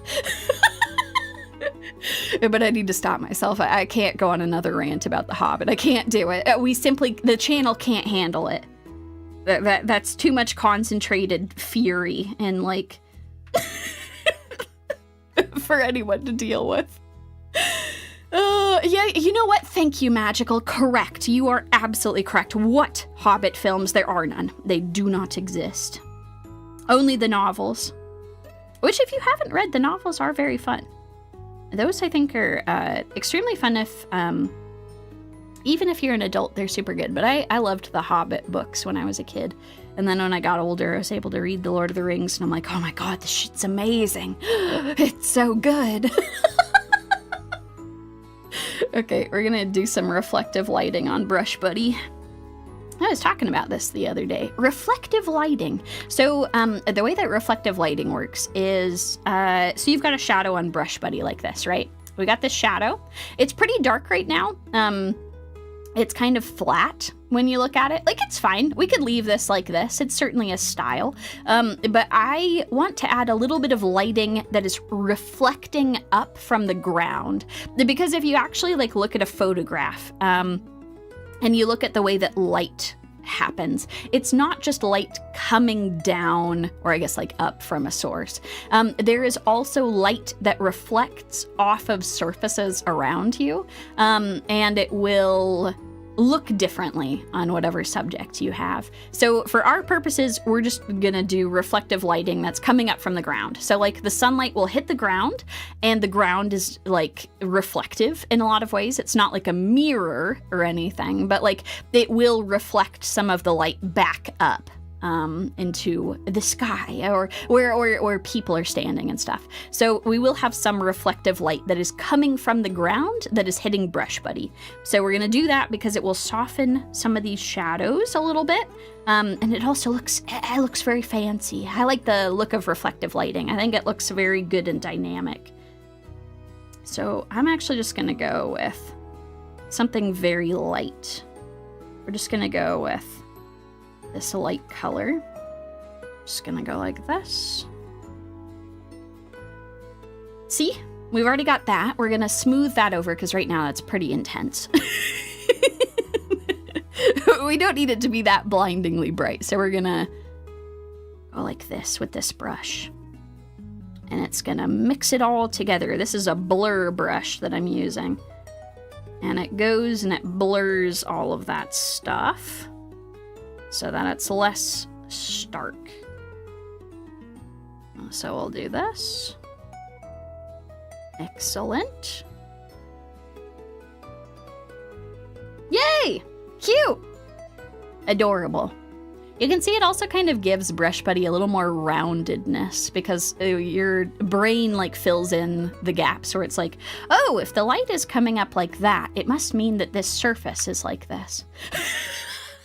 Nonsense, make it brighter. Make your art the last thing they ever see. Oh god, that's too funny. Oh man. Oh no, the DLSS5 on and off. Oh my god. I do appreciate the internet for making that into such a meme. You know how delightful it's been to see how hostile so much of the internet has been to AI stuff. I think that's beautiful. For folks who are not aware, NVIDIA is a stupid company that does stupid things. And some of the stupid things they have recently done has been to release a promotional ad for a new, I don't even know, they refused to call it a filter. But it's a filter. It's like a game filter. They're like, when you turn DLSS5 on, all of a sudden it'll make your Resident Evil people look like AI monstrosities. And it just like completely erases all of the art direction of these games. Like the games that are designed to look a very particular way. Like even within the limitations of the games itself. It just like come out of it. Looking absolutely terrifying. Like all of the women that they turned the filters on like went from looking like Resident Evil characters to Scarlett Johansson because all of the AI people are like obsessed with Scarlett Johansson because she played an AI in her. Then like all of them are really weird about it, and I feel really bad for Scarlett because like that's super bizarre. Like to have so many of these creepy people be so obsessed with you that they just like feed her face into like all of these programs. So all of these people end up looking like Scarlett Johansson. Because that's what the AI bros think look like really good. Yeah, no, the yassified Grace. What the hell? Oh god, it's so weird. Yep, the AI real-time upscaler, making everything bright and absolutely terrifying. When you use this filter, your game will look like an AI slop mobile game. Wait, that's a bad thing. Like reading all of this stuff from like the CEOs after the fact who were so like blindsided by it. Like the NVIDIA CEO went on like a full interview rant about it. About how the people just don't understand his vision and they don't know what looks good. So stupid. It was especially bad too because a bunch of Capcom developers were totally blindsided by it because they're very anti-AI within the studio. And they're like, how dare you use our property for your marketing? Like all of the people who are responsible for this art and the writing and the programming hate your guts. Like none of us were asked for permission on any of this. So that's gotta be a fun way to roll into work. Like... Oh my god, our work was used against our will for all of this stuff. Some stupid jackass high up on the Capcom ladder was like, yeah, looks great, ship it. And all of the artists artists and people below them are like, what is wrong with you? Why would you do this thing? A local CEO gets roasted online, throws temper tantrum. Absolutely insane. Oh, it's so dumb. So anyway, they like quietly tried to like deal with the blowback from that. They were like releasing all of this promo stuff for DLSS 4 and stuff. They're like, oh yeah, look at what you could do on this thing. Definitely not trying to bury all of the stupid shit that they had just posted on their main account. Oh god.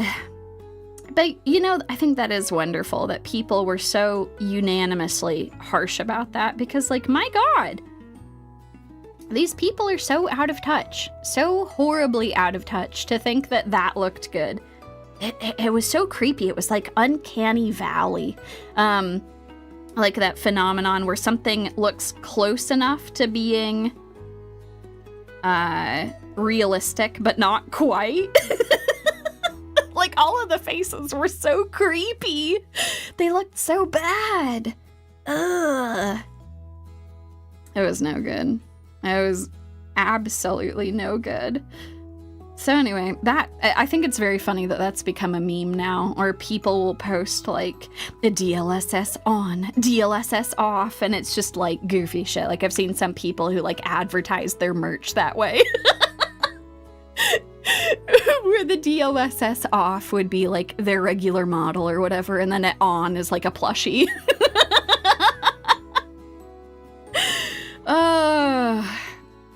Like there's no need to defend those CEOs or anything. Just roast them, man. Ooh, this pen is coming together quite nicely. Isn't it amazing? I think that shading is kind of one of those magical things that you're like, wow, look at that. All of a sudden it looks so nice. It really brings it all together. It's beautiful. And a tiny bit of shading there. Just like that. And then what we're gonna do, oh, actually, I need to do that tiny little line around here. So we'll do just on the edge here. Add a tiny bit of shading. That's too much. Just like that. Excellent. Ooh. Perfect. It's coming together. And that will help a little bit for making it stand out. Then, I'm gonna go to a different layer. Vicky, don't just roast them, turn them into the fourth state of matter.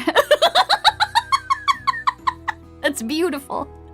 We'll roast them so good that they'll become a new delicacy. It's something that we've never known before.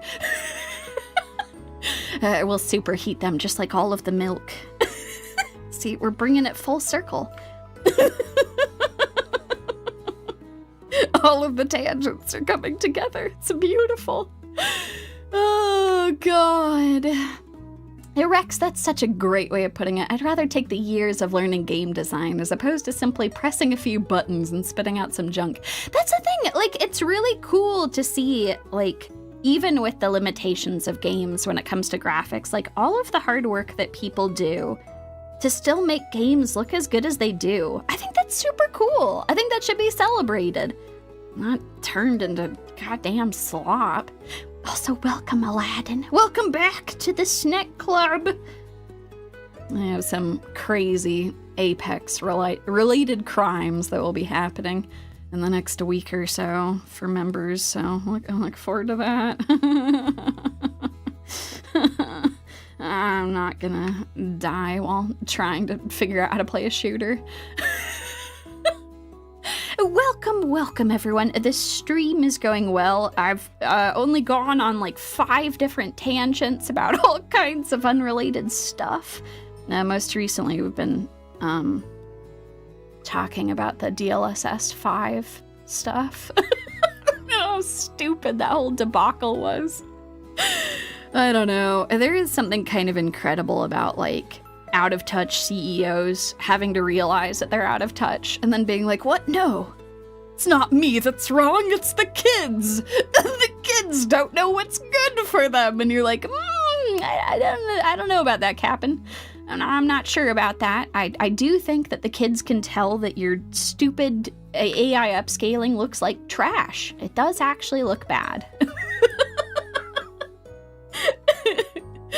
Oh, man. You know, there was a term that I learned the other day, which is also just stuck with me, where I'm like, what a wild state of affairs. I would like to formally say to all of you who are in, like, computer engineering and stuff, how sorry I am for all of you. It sounds like a rough time because you all are getting kind of the full brunt of all of this AI bullshit. I have to imagine that's exhausting, having to deal with, like, your bosses and stuff that are constantly just like, yeah, we gotta get AI into this shit and we gotta do this stuff. But I learned about a term called vibe coding, where, like, you're not really coding, you're just kind of, like, telling an AI to do it for you and just going off of the vibes. You're like, I kind of want it to look like this. And then the AI will spit out some bullshit. Oh, God. That is an appropriate name for a very stupid thing. Vibe coding. We're not coding using a language, it's just vibes. And then I look at, like, all of the recent releases for, like, like, all of the Microsoft updates, you know, that, like, have been really bad. I actually have refused to upgrade to Windows 11 because I know it has so many problems. Like, picked the option where I'm like, please let me continue using Windows 10. I would like to not upgrade, please, because I don't trust you bastards not to brick my computer. And, like, yeah. Yeah, I know, right? It is. It's such a crazy thing. No matter where we go, the vibes won't leave us. The very bad vibes. So, like, yeah, there's been some updates that Microsoft has pushed for Windows 11 that have, like, locked people out of their computers, that have, like, removed buttons and things from their screens, that have caused, like, blue screens and stuff. And there's all this speculation that, like, some of the folks at Microsoft are vibe coding. Because that stupid company has been, like, really big on the AI stuff. So, I don't know, I'm not exactly confirmed, but I'm just saying that, like, there are some questionable releases that they have had that have made me be like, well, it looks like we're not swapping to Windows 11 anytime soon. I actually, like, keep an eye on people, like, other content creators, whenever they're swapping over. And I've seen, like, multiple streamers be like, yeah, I swapped back to Windows 10 because I was so pissed off at Windows 11. Insert obligatory try Linux comment here. Man, that's the thing. If I actually had, like, the technical know-how, I do think that Linux would be really cool. But unfortunately, it's in that weird space of, like, you have to know slightly too much to really take full advantage of it. And I just don't know. I just don't know enough to really, like, that. I know a lot about Windows computers now. Like, when there are problems with it, I know how to fix a lot of those things. And it would be a lot of work to learn a new operating system. Oh, God. John, I feel like I need to admit that I accidentally just fell asleep listening to this stream. You know what? That is all okay. If this is relaxing enough to fall asleep too, that is wonderful. I actually do know that a bunch of people listen to my streams as they're trying to get ready for bed. And I think that's great. Just, like, something to help you relax. That's, like, the whole point of what I'm trying to do here is, like, help you folks feel safe and comfortable. And if that helps to fall asleep, then that's wonderful. As they say, it's Microsoft. And not Microsoft, excuse me, but Microslop, yes. Yeah, that's the thing. So Crimson Omen, my husband had to upgrade to Windows 11. And thankfully, he hasn't been hit with all of the things, but he has been hit with some of them. And every time I'm like, yep, all right, we're still not upgrading. I'm going to stubbornly hold on to my old operating system until they can finally release some goddamn stable shit that I don't have to worry about, like bricking my OBS or whatever. Is that true, Magical? The government of France is switching to some Linux derivative. Interesting. Not a bad idea, honestly. Especially if you have folks that actually are, like, good at Linux. You can actually pull off some pretty cool stuff with that. It's actually a really good idea. Zybin, I switched about a year ago. The learning curve is absolutely real, and it would suck if a critical program didn't work after all that effort. For just video games, though, it's been great. It's wonderful. Oh man, that's the thing. I've heard so many good things about Linux, but every time I go to like consider whether I should download it, I read a lot of stuff of people being like, yeah! If you're doing streaming stuff, it might not necessarily be a good idea to immediately swap over. And I'm like, you know what? That's so reasonable. So utterly reasonable. Oh man. Sean, I mean, it definitely works, but I genuinely did not mean to fall asleep. I could have sworn it was just 2 o'clock. Snake ASMR to sleep to, just nice for my insomnia. Ugh. As someone who also struggles with insomnia, you are among friends. It is a difficult thing to deal with. I've come up with all kinds of things that I do if I'm struggling to sleep. I'll like have certain manga that I'll go read. I'll go stretch for a little bit. But recently, I actually got a prescription from my psychiatrist because sometimes when I can't sleep, it's because my brain won't turn off. I'm just like anxious about everything. Like I'll feel super good during the day and then I'll go to sleep and then I just can't turn my brain off. I'm just anxious about all the things. So anyway, my psychiatrist and I tried a couple of different things. And yeah, I finally got some meds that if I take them, within an hour, I am asleep. And it's great because it's actually reduced my nightmares too. I've always been someone who had like really intense, really vivid nightmares, and I have less of them now. Which is a thing I didn't think would ever be possible. But yay for modern medicine is what I'm saying. There's some cool ass shit, man. Cool stuff that they got. And I'm just grateful that that actually worked, because otherwise I was like, well... No, well, we'll just go back to what I was doing before. ASMR RP, comfy snack lady rants about various things.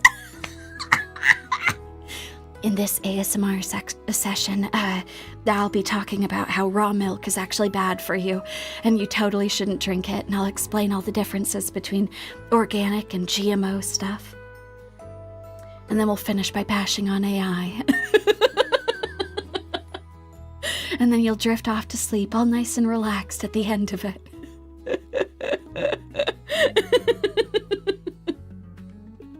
Absolutely fantastic. It's beautiful.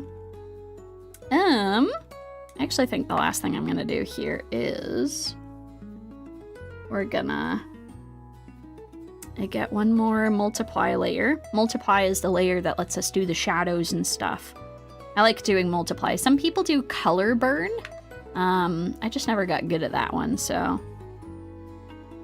Sorry, that's probably too, like, art in depth, but... The different layers have fun little names, and it's super adorable. That's too dark. Let's make that go down like that. Okay, perfect. And let's go blend that. Whatcha? Because sometimes you'll have reflections of like dark stuff too. So we'll do that. Okay, that looks good.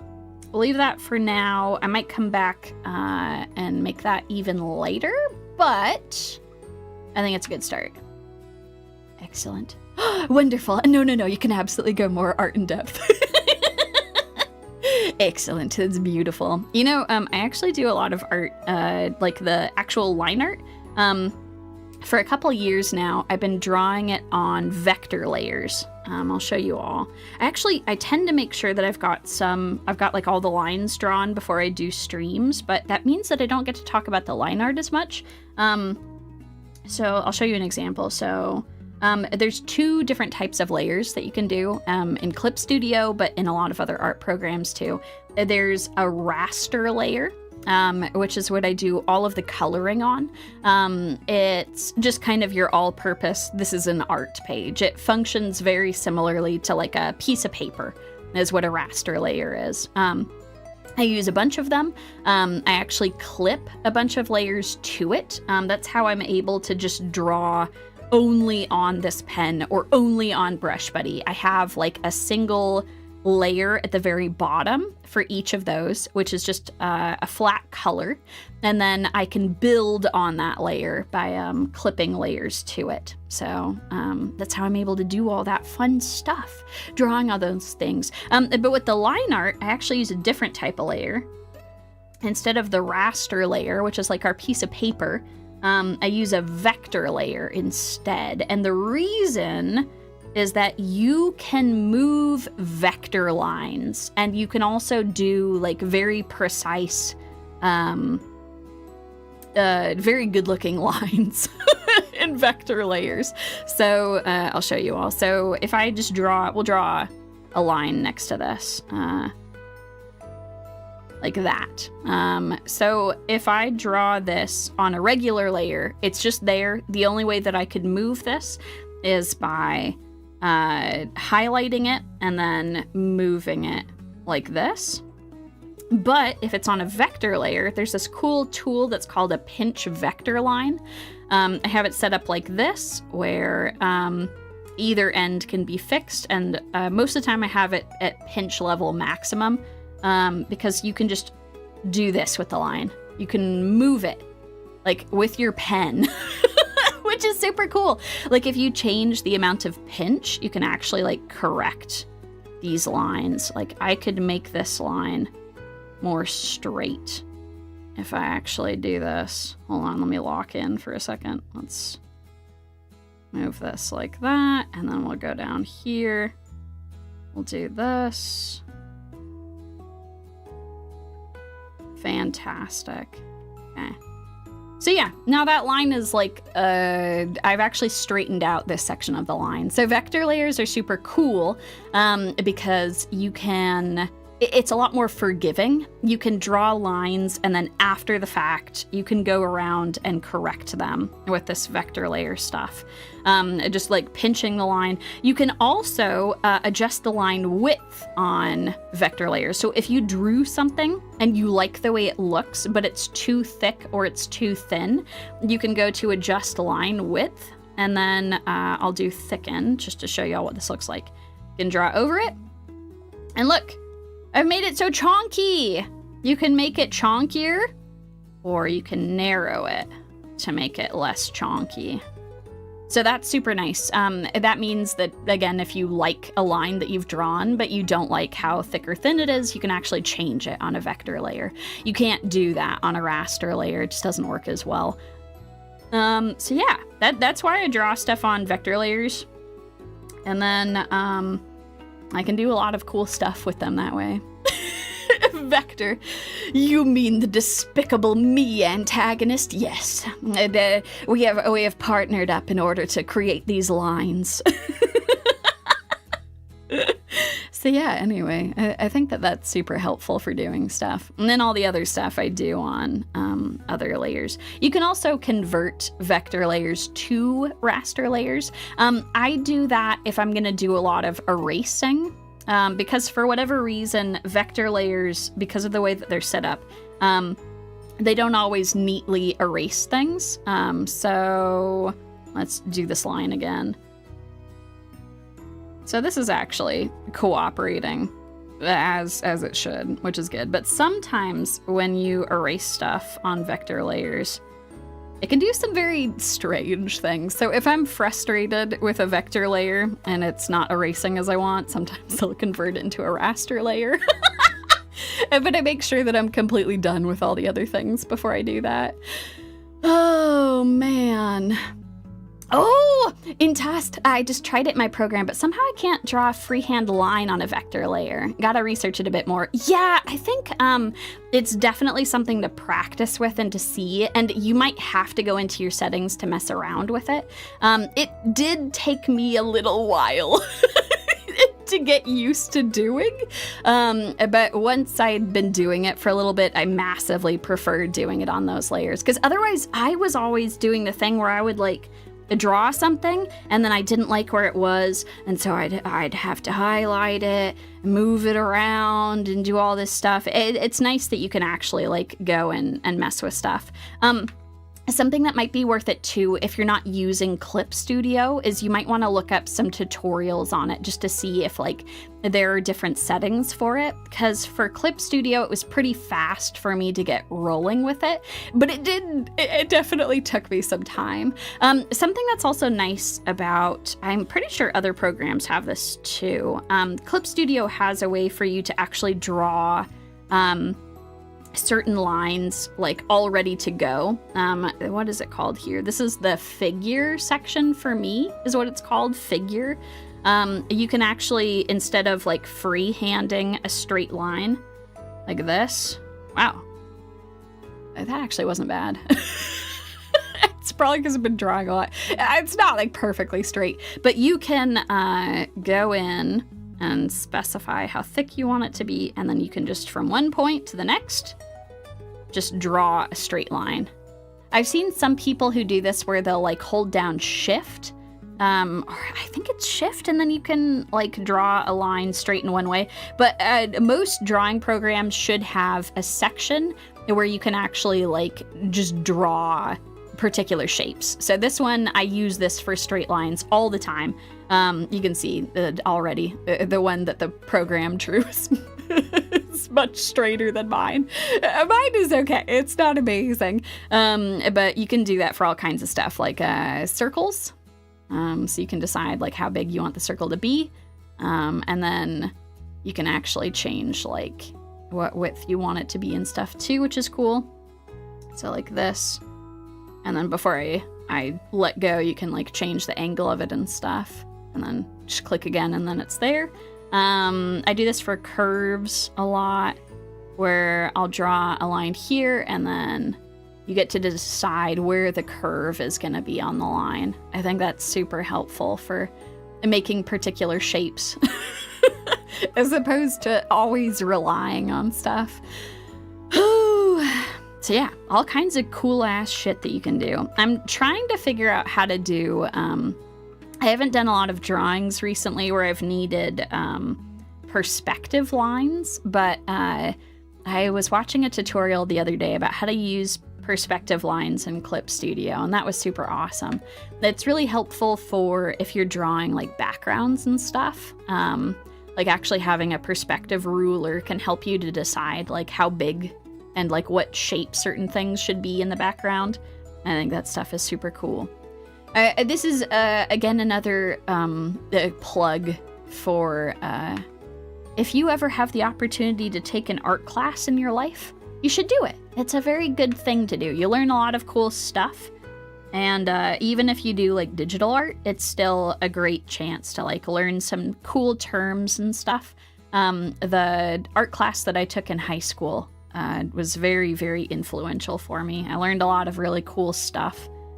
My teacher was really awesome. She was just this very nice lady who wanted to teach us all kinds of cool stuff about like how art works and perspective and different mediums and stuff. She made it her mission to try and find like mediums that were good for all of us. Like I actually had done a lot of like acrylic painting. It's a slightly different type of paint that dries a lot faster. In fact, acrylic is, if you think of like paintings, that is, a lot of them are acrylic. Whereas oil paint, it stays wet for a very, very long time. And I hadn't really done too much with oil paints until that point. And then, I don't know, I learned a lot of stuff and I was like, oh, I love oil painting. Because something I like about digital art is that I get to, like, change a lot of things if I make a mistake or I want to shift something over. And oil painting is very much like that. Because the paint is wet for so long, you have tons of time to, like, change your mind on how something looks and shift something around and whatever, which I think is really cool. So, yeah. So that was, I did a lot of oil painting in high school. And that was awesome. I'd done a lot of acrylic stuff and, like, pencil drawings up to that point. And I really, really liked oil painting. If it was more economical, I would probably still do oil painting, but it's actually really obnoxious to do. You need such big canvases for it, and you need all these expensive paints and stuff, and there's no way I'd be able to stream something like that. That would be a nightmare. So, for now, I make do with what I've got in this adorable little program. Oh, you know what? That actually makes sense. It seems like all the brush data in Krita is raster based. Therefore, the vector line brush options are quite limited. Damn! Foiled again. Oh, man! Oh, that's such a shame. Well, you know, what I would probably do then is see if they do have, like, those shape tools and stuff. Because I am trying to remember when I used to draw on Krita a long time ago. And when I did stuff, they did still have some cool tools for things. You might still be able to, like, have, like, a line drawing thing within the program to actually do straight lines and stuff. Or, like, do curves and things. Ah, that's such a bummer. No! The vector layer has betrayed us. Damn. I'm gonna have to look into that to see if there's a better alternative, because I'd love for you all to be able to do that without having to put up with Clip Studio's bullshit, because, like, at this point, I'm kind of bought into Clip Studio. I've spent a decent amount of money to, like, purchase a license, and I've spent a lot of time learning it. But that doesn't mean that you all should have to use Clip Studio. You should be able to use Krita and stuff like that. Okay, good. The line tools work. Excellent. I don't know, that was kind of revolutionary for me. I was drawing straight lines by hand before, and that was so hard. So actually having the ability to, like, create other lines, I think, should hopefully help. Oh, man. It's true. Freehanding lines does feel good. I think that, like, it's one of the beautiful things about art is, like, it can just be very fun to do. That's why, like, even if there are some things that can improve your workflow, sometimes it's nice just to, like, do stuff, like draw it yourself.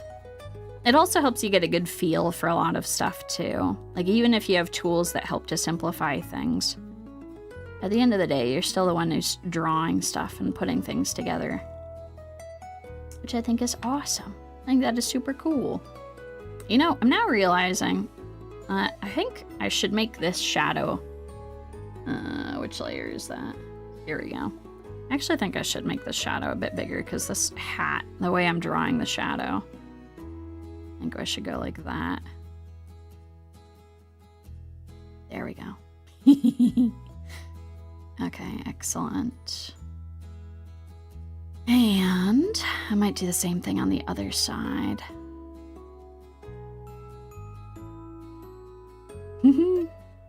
It's so cute. Oh, I love Brushbuddy so much. Okay, and we'll go like this. Oh my god, it's already been 2 hours, if you can believe it. I say we keep going for a little longer. I am actually gonna have a drink really quick. So whatever y'all have, make sure to drink something. Whether it's water, tea, soda, or anything else. And then we'll hop right back into it.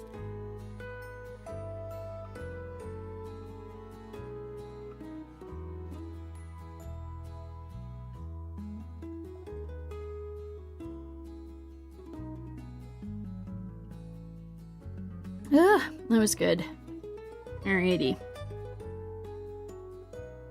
That actually might be too much. Looking at that again. I'm gonna make that. Go back.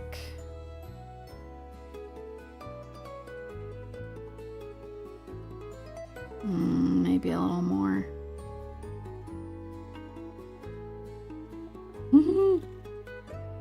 Adorable. Okay, there we go. Excellent. Alrighty, little Brushbuddy's looking good. God damn it, magical raw milk. Oh no. They're still drinking it, even after everything I've done trying to help them, trying to save them. Oh man. Time for an energy drink at 10 p.m. Oh god. There have been some days when I've had, like, God, thankfully this was a while back, but my God, I remember those days. There was some nights in college where I would have, like, an irresponsible amount of caffeine very, very late in the day. This is not to say that this is a normal thing that you should do, but, like, oh God. I was actually talking with my husband, Bear, about this. We were chatting about, like, all of the stupid shit from college. I was, for some reason, thinking about labs in college, like when I had to take laboratory classes and stuff. I think we were talking about O-Chem for some reason. So I was thinking about that and about how I had to take all of these extra labs for all these classes. So, like, I had to take biology and chemistry labs. And they didn't count as extra credit for anything. They were just part of the course load. But you had to, like, schedule them around your other classes and stuff. So you were kind of like taking 2 classes for one class. It was really brutal. You'd have, like, the main class where you learn stuff. And then the lab sessions would be like 4 to 5 hours long. Thankfully, the biology ones, at least in like early days, were pretty short, but the chemistry ones were always crazy long. Oh my God, I would actually be there the full like 4, and then like for O-Chem, like 5 hours. At one point, I'm positive that I was in an O-Chem lab for like 6 hours working on some bullshit. Oh my God, that shit was insane. Then, you know, I did learn a lot of stuff, but God, it was pretty rough. Oh, it was pretty terrible. I don't miss that time. I don't miss that time at all. Like, I got to work in like an actual lab, like for a job later on, but at least that was, like, you know, the only thing I was doing. I wasn't also trying to take, like, a bunch of other classes and stuff. Yes, indeed. O-Chem did. God, it launches everything, man. Holy shit. You know, actually, I did have a lot of the people who were taking biology or chemistry with me, a lot of them were going into medicine. Like, 90% of them were. And I'm sorry. I'm so sorry you all had to suffer with us. I was like one of the people that was gonna do like research stuff after the fact, and I was like, oh, I'm so sorry that you all are here suffering with me. Like, I'm voluntarily signing up to do lab stuff, and I'm so sorry. Oh God, magical, you were doing separate research on top of that. Yeah, you know, at a certain point, that I'm pretty sure a lot of schools will make you do that. I remember I had to do that too, like junior and senior year. I had to like put together a thesis and shit. God damn. Oh no, Hibiki, that's actually true. Thankfully, you're doing digital art. Imagine you're doing acrylic paint and drinking the paint water. Had a few close calls when minifigure painting. You know, that is that's such a good point. That, like, you should be very careful, even if you're doing, like, recreational painting. Like, not part of a class or whatever. If you're painting and you're making these adorable little models, it'd be devastating if you accidentally drank the wrong water for that. I'm glad that didn't happen. Oh man. But yeah, no, that was a crazy time. College was crazy. I was taking way too many classes. Like, in hindsight, if I could tell myself anything, it'd be that I didn't have to have multiple minors in subjects. Like, it's okay. You can just have, like, the major and then just take the classes that you want to take. I don't know. That was a crazy time period. The underground was very, let's say, strict about needing to rack up all kinds of awards and stuff, and being like, oh, well, I've got like almost a double major in like 3 subjects. Like, I think in the end, if I had taken one more chemistry class, I would have had a double major. That's insane. That's too much chemistry for me. I actually, mercifully, was at a period in my life when I'm like, you know what, maybe I don't have to, like, go and do all this extra stuff. And I had some friends who were chemistry majors that were like, don't do it. If you don't have to take P-Chem, don't take P-Chem.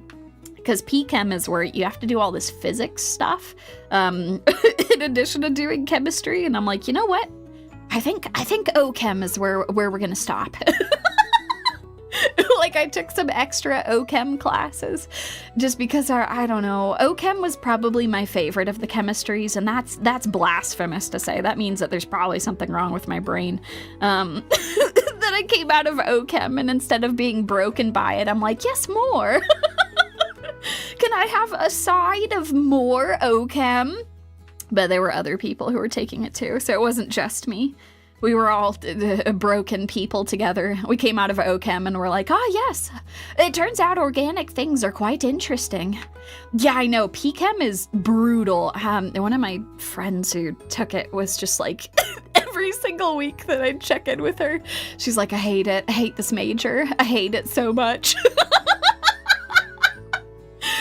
Magical, I failed O-Chem the first time around. Well, you know, it's like one of those classes that they're trying to, like, I don't know, the teachers I had were like very transparent about how they were trying to weed people out, which is like kind of sad because O-Chem is important, but it's also very hard. So like, if you're having people that are failing to some extent, like, I do think you have some responsibility as a teacher to, like, see what you can do to help your students, to get them through shit, you know?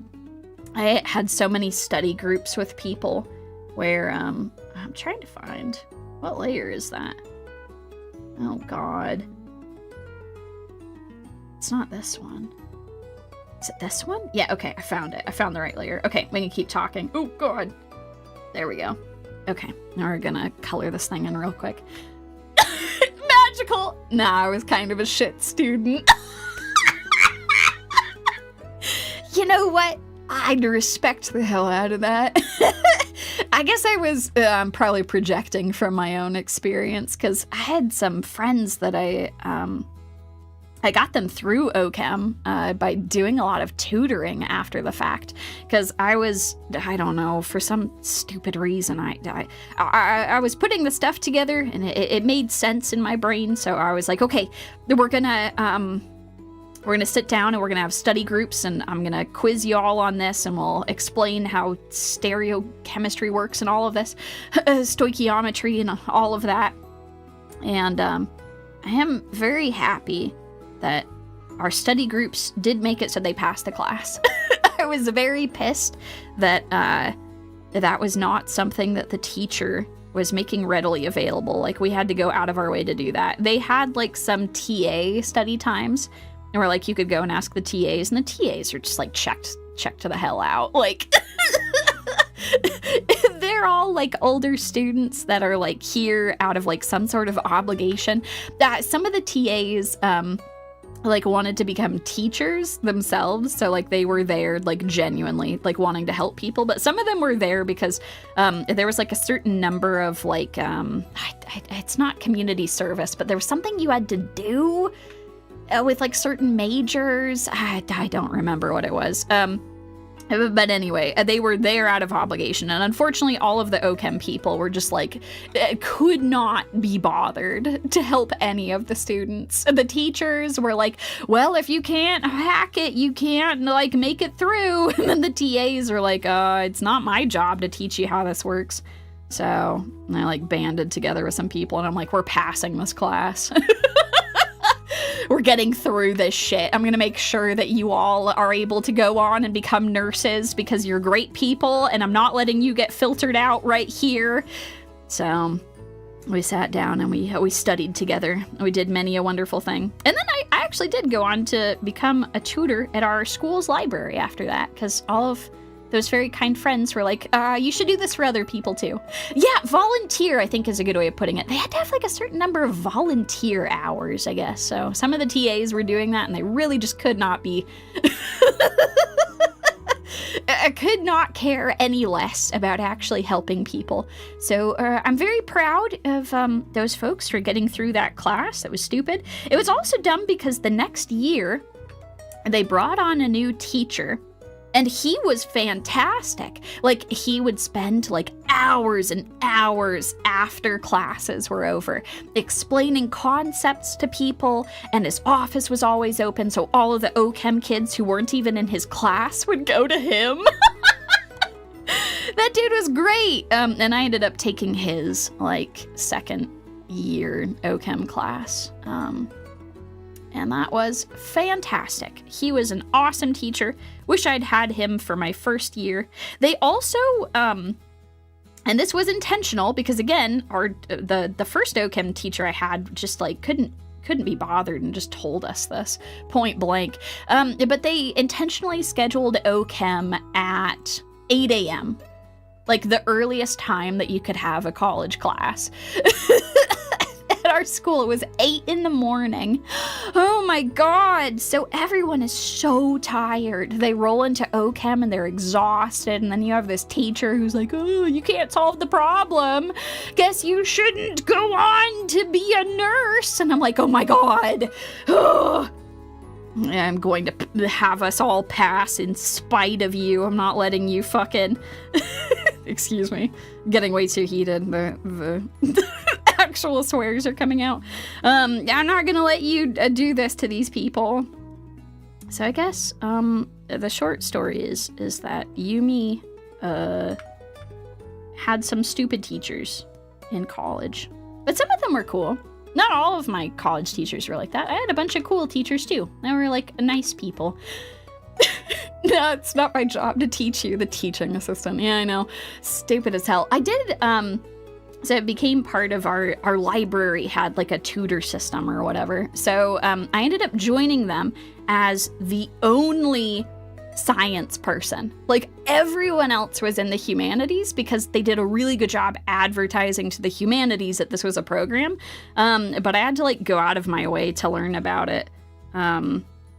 With the science stuff, and then I just went and started advertising it everywhere. I'm just like, hey, if you are struggling with science stuff, you can come in and I'll help you. Like if you don't know how to write a report, or if you don't know how to like put together your lab journal, or like any of this stuff, I'll teach you. And maybe I'll teach you some other stuff about biology too.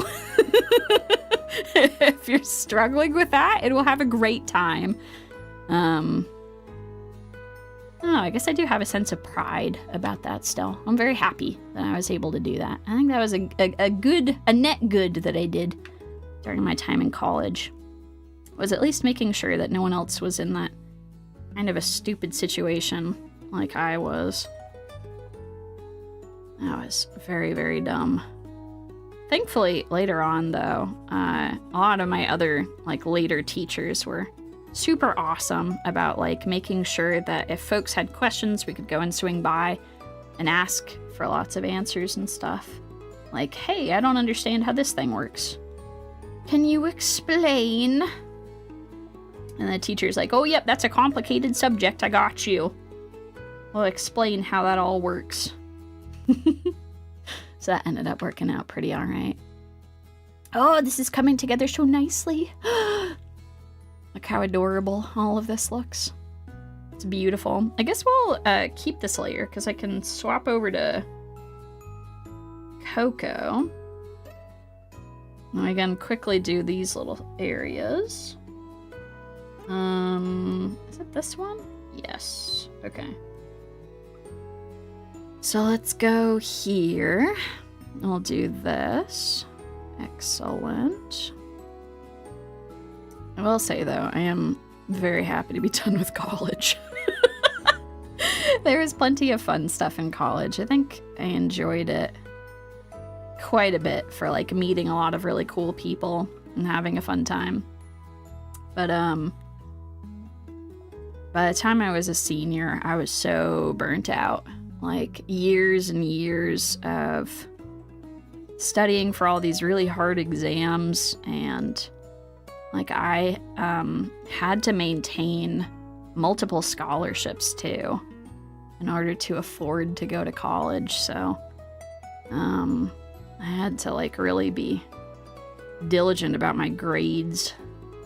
So that was exhausting, like, just keeping on top of all of that stuff.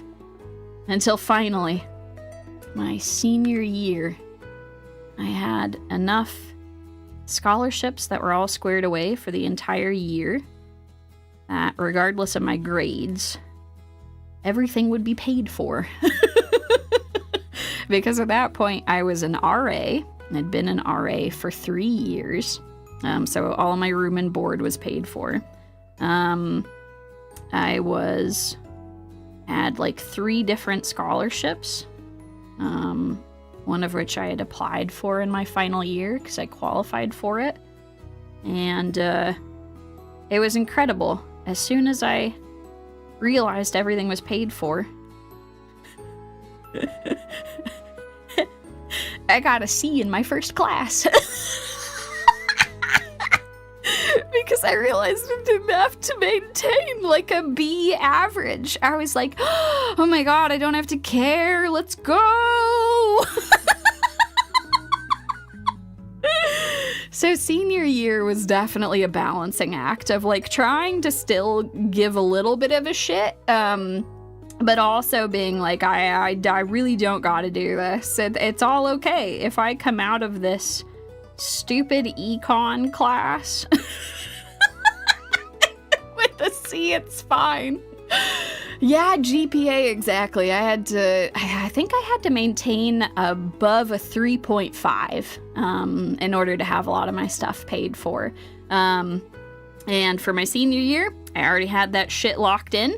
So it was really just a matter of what colleges were okay with, and the grad schools were very happy with my overall GPA, so me getting a C in a class or two in my senior year wasn't the biggest deal.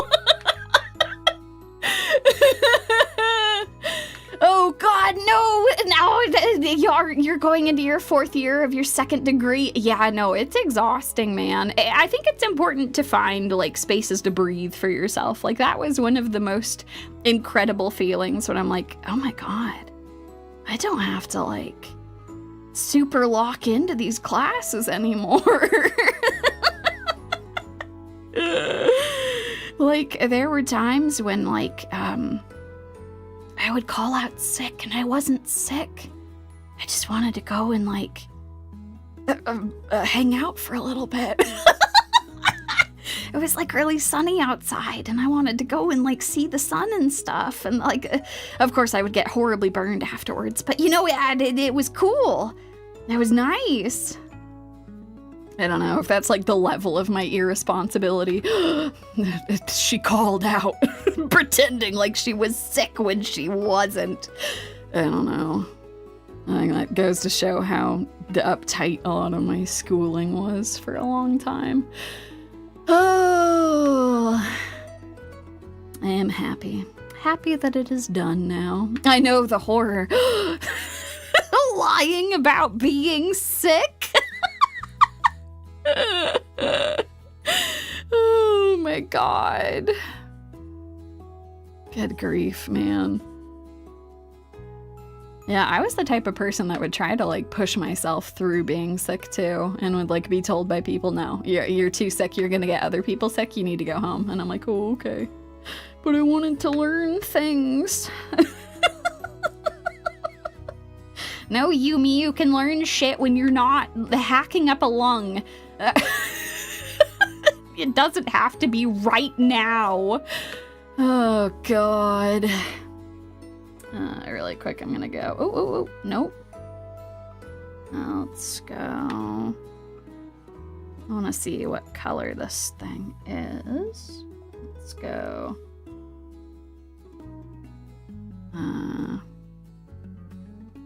Swap that back.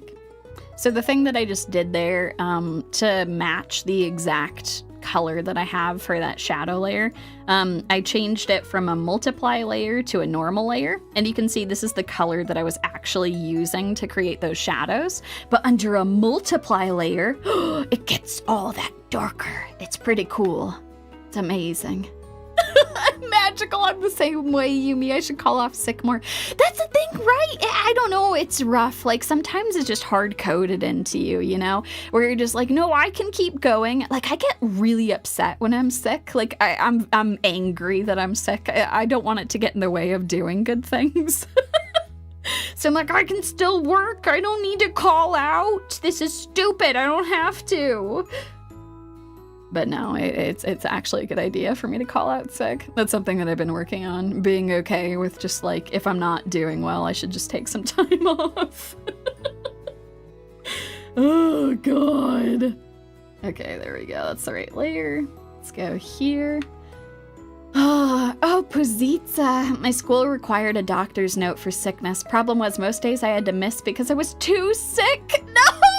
To get out of bed and see the doctor. Oh, God. Yeah, I had to do that. I think I had to get doctor's notes for high school. I had to do that, which was really obnoxious. Like, I get it. They don't want you, I don't know, I guess, like, the calling out sick for whatever reason, but I'm kind of the opinion that, like, screw it. Just let people take the time off. It's fine. It's totally fine. Oh, man. Crimson Omen. I've yet to do that for work sick-wise. I usually do that if my legs hurt too much, so that I know if I work, I'll suffer all day. You know, that's good, though. Like, knowing your limits and being like, I am going to be in so much pain if I go into work today. I think that is exceedingly reasonable.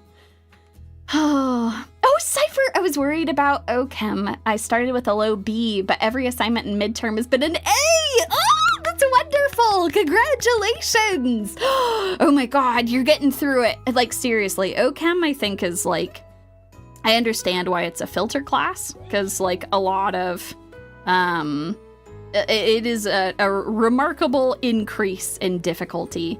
I'm proud of y'all. That's wonderful. Congratulations! That's so great! That's fantastic. Man, that's awesome. I feel like that's the cause for a celebration at the end of the term. You're free. You don't have to do it anymore. You'll be free of it. Yeah, I think that we did have a party once we were all done with O-Chem. Like, all of us who had been part of that study group just, like, got together and we got a bunch of pizza and just, like, hung out. Had a really fun time. Unfortunately, we were slightly too young to go and get drinks ourselves. Some of them might have still procured some of the alcohol, but we were responsible people. We didn't make too much noise or anything. We just had a nice time. Might have had some Mike's Hard Lemonade, and you know, just celebrated that the semester was over. Real talk, this is why in my country I think it's very stupid that the drinking age is 21. Like, legit, I think it should be 18. It's 18 in a lot of countries, and like, I think when you're 18, a lot of people are going to find ways to consume alcohol, even if they are underage. And maybe we should make it so that they are less scared of coming for help when something goes wrong. That was something that I took very seriously as an RA. I made it very clear to people that they should never be scared to come to me if something went wrong, that I would not ever try to get people in trouble. Like, there were several times that I'd pass by residents and they would have some cups and they're like, oh, it's lemonade. And I'm like, yeah, sure, it's lemonade. It just, make sure to keep it down. And if anything goes wrong, just tell me, okay? Oh, God. And thankfully, that did actually work, because there were a couple of times when things went very wrong, and I was able to make sure that people got to the hospital on time. So that was very good. But by and large, my residents were all very chill, and just like were responsible people. I don't know. I feel like it's, like in the United States anyway, like going to college is the first time for a lot of people where they, like if you're living in dorms, it's the first time that you're not living with your parents. And it can be like very jarring for a lot of people. So like having folks to help like set boundaries of like what is okay now that you're an adult, as well as like it's still okay to rely on other people, I think is very important. So even though it was a lot of work, I am grateful for my time that I spent as an RA helping folks out. Oh, hello everyone. I'm at work. The stream is muted. Just here to say hi and look at the progress. Well, hello, Dohiwario from the future, whenever you're listening back to this. Oh, God. Oh, Hibiki. The part about taking sick leave just reminded me of my bad experience at work last December. I went back to work after getting rear-ended to, why did you take so much medical leave? Oh, my God. That can be, especially, like any car accident can like leave you pretty rattled, and like depending on where you are hit, like you can get physically injured from stuff. If you were at like a complete standstill and someone smashed into the car really fast, you can also have all kinds of like whiplash and other things. Like, my God, I'm so sorry, Hibiki. That's messed up. That's horrible. I hereby declare on behalf of the stupid people at work who said that to you, that you are completely within your rights to take whatever time you need in order to recover from stuff. I think it's actually a very sad, like legitimately toxic way of thinking to be like, well, you shouldn't take time off from work. You got to get back to work. I actually had that at my old job. On the day that I couldn't get my car to start, because it was negative 40 degrees outside. And with wind chill, it was like negative 60. I couldn't get my car to start, so I literally couldn't make it into work. So I had to call in, and I came into work the next day, and some of my coworkers were just like, yeah, why didn't you come into work? You abandoned us. I'm like, what are you saying? Oh my God, what do you mean I abandoned you? I couldn't get my car to start. So I told them that, and then they shut the hell up. Unreal, man. I don't know. Some people, I get it. Like, sometimes you have some solidarity and you don't want to feel like the odd one out for like having to actually like go in and do work and stuff. But like, my God, class solidarity, man. Like, it's us against the man. We shouldn't be fighting amongst ourselves. This is stupid. We should all be fighting together. Making unions and stuff. So anyway, I don't work there anymore. And now I do this full time. I talk to you all about why you shouldn't drink raw milk, and I draw a witch hat. But now I have all these crazy experiences that I can come back and share with you all. All of this crazy stuff that I've done with my life. Oh, man. This particular Zatsudan really was crazy. Oh, excellent. This is all coming together nicely. Yeah, last week I was able to do a lot more streams during the daytime for me, which is really nice. I'm gonna try and do a lot more like this because I think it's super good. Can we drink milk medium rare at least? Oh God, now you're gonna be buying the raw milk and then being like, all right, I heated it up on the stove for a little bit. Now that ought to be good. Oh no, Brushbuddy, what have you done? Brushbuddy, you've influenced the masses. Oh no, Brushbuddy. How could you do this? Oh God. Oh, this is looking so good. It's coming together. Let's go. I'm actually gonna hit this like that. Okay. Perfect. And we'll go grab this up here. Excellent. Okay.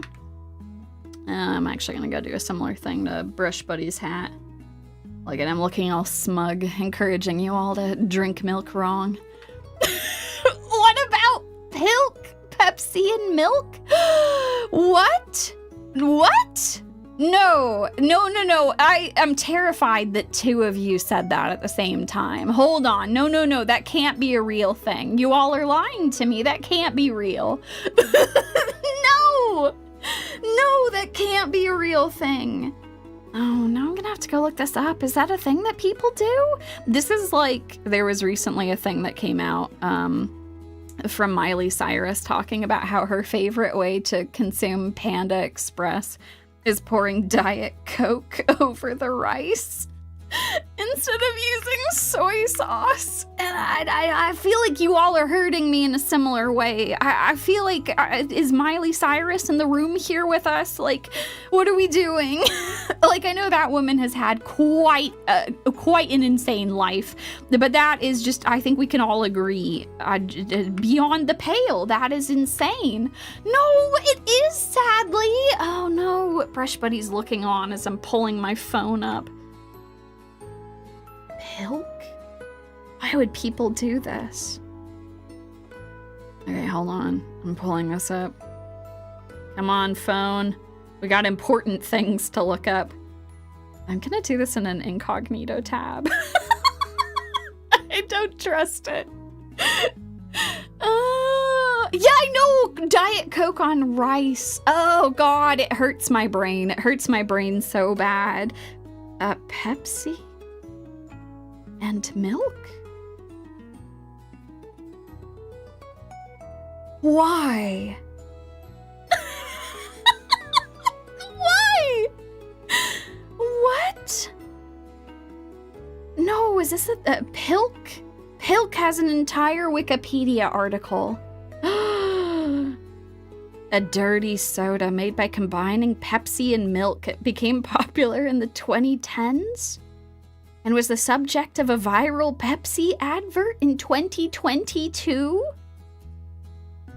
Well, I guess I didn't see that one.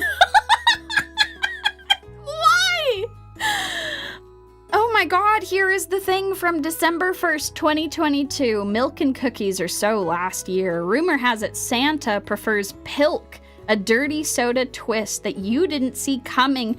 And they tagged Lindsay Lohan. What? Wait, did she come up with this? I was just talking about other famous female celebrities who have gone through quite a tumultuous life. Lindsay Lohan is responsible for Pilk. Well, I guess there you go. There you have it. Lindsay Lohan, former teen star, who has had a hell of a time getting her life on track and is doing a lot better now, also enjoys cursed things in a similar capacity to Miley Cyrus. So there you go. What the hell am I supposed to make of any of this? Oh God. Oh, it's terrifying. Okay, well, I guess thanks for the cursed knowledge. I didn't know that existed. Now I'm just sad. I've learned too many horrible cursed things. Oh, God. Okay, I think this is the right layer. We'll go here now. Cursed meme appreciators. Yeah, it really... here's the thing. I think it might be that fame creates the cursed things. It might be that we only know about the cursed things because that person was famous. They might have done this independently online, and we never... offline, sorry. They might have done this independently in the safety and security of their own home, and we never would have known about it. But because they're a celebrity, we learned too much. Wait, oh, shit. I'm not even drawing on the right layer. Hold on. Oh, wait, actually, I can do that, but then I just... Actually, so this is what it looks like when you're not drawing on just the layer. You can see it spilling out. I forgot to clip it. There we go. And now it is clipped to this layer, which is great. Oh, God. I guess now I know about these cursed things. Oh, God. I didn't know this existed previously. An absolutely cursed thing. All right, now I know that Pilk exists. Okay, good. This is the right layer. All right, so we'll go like this. Excellent.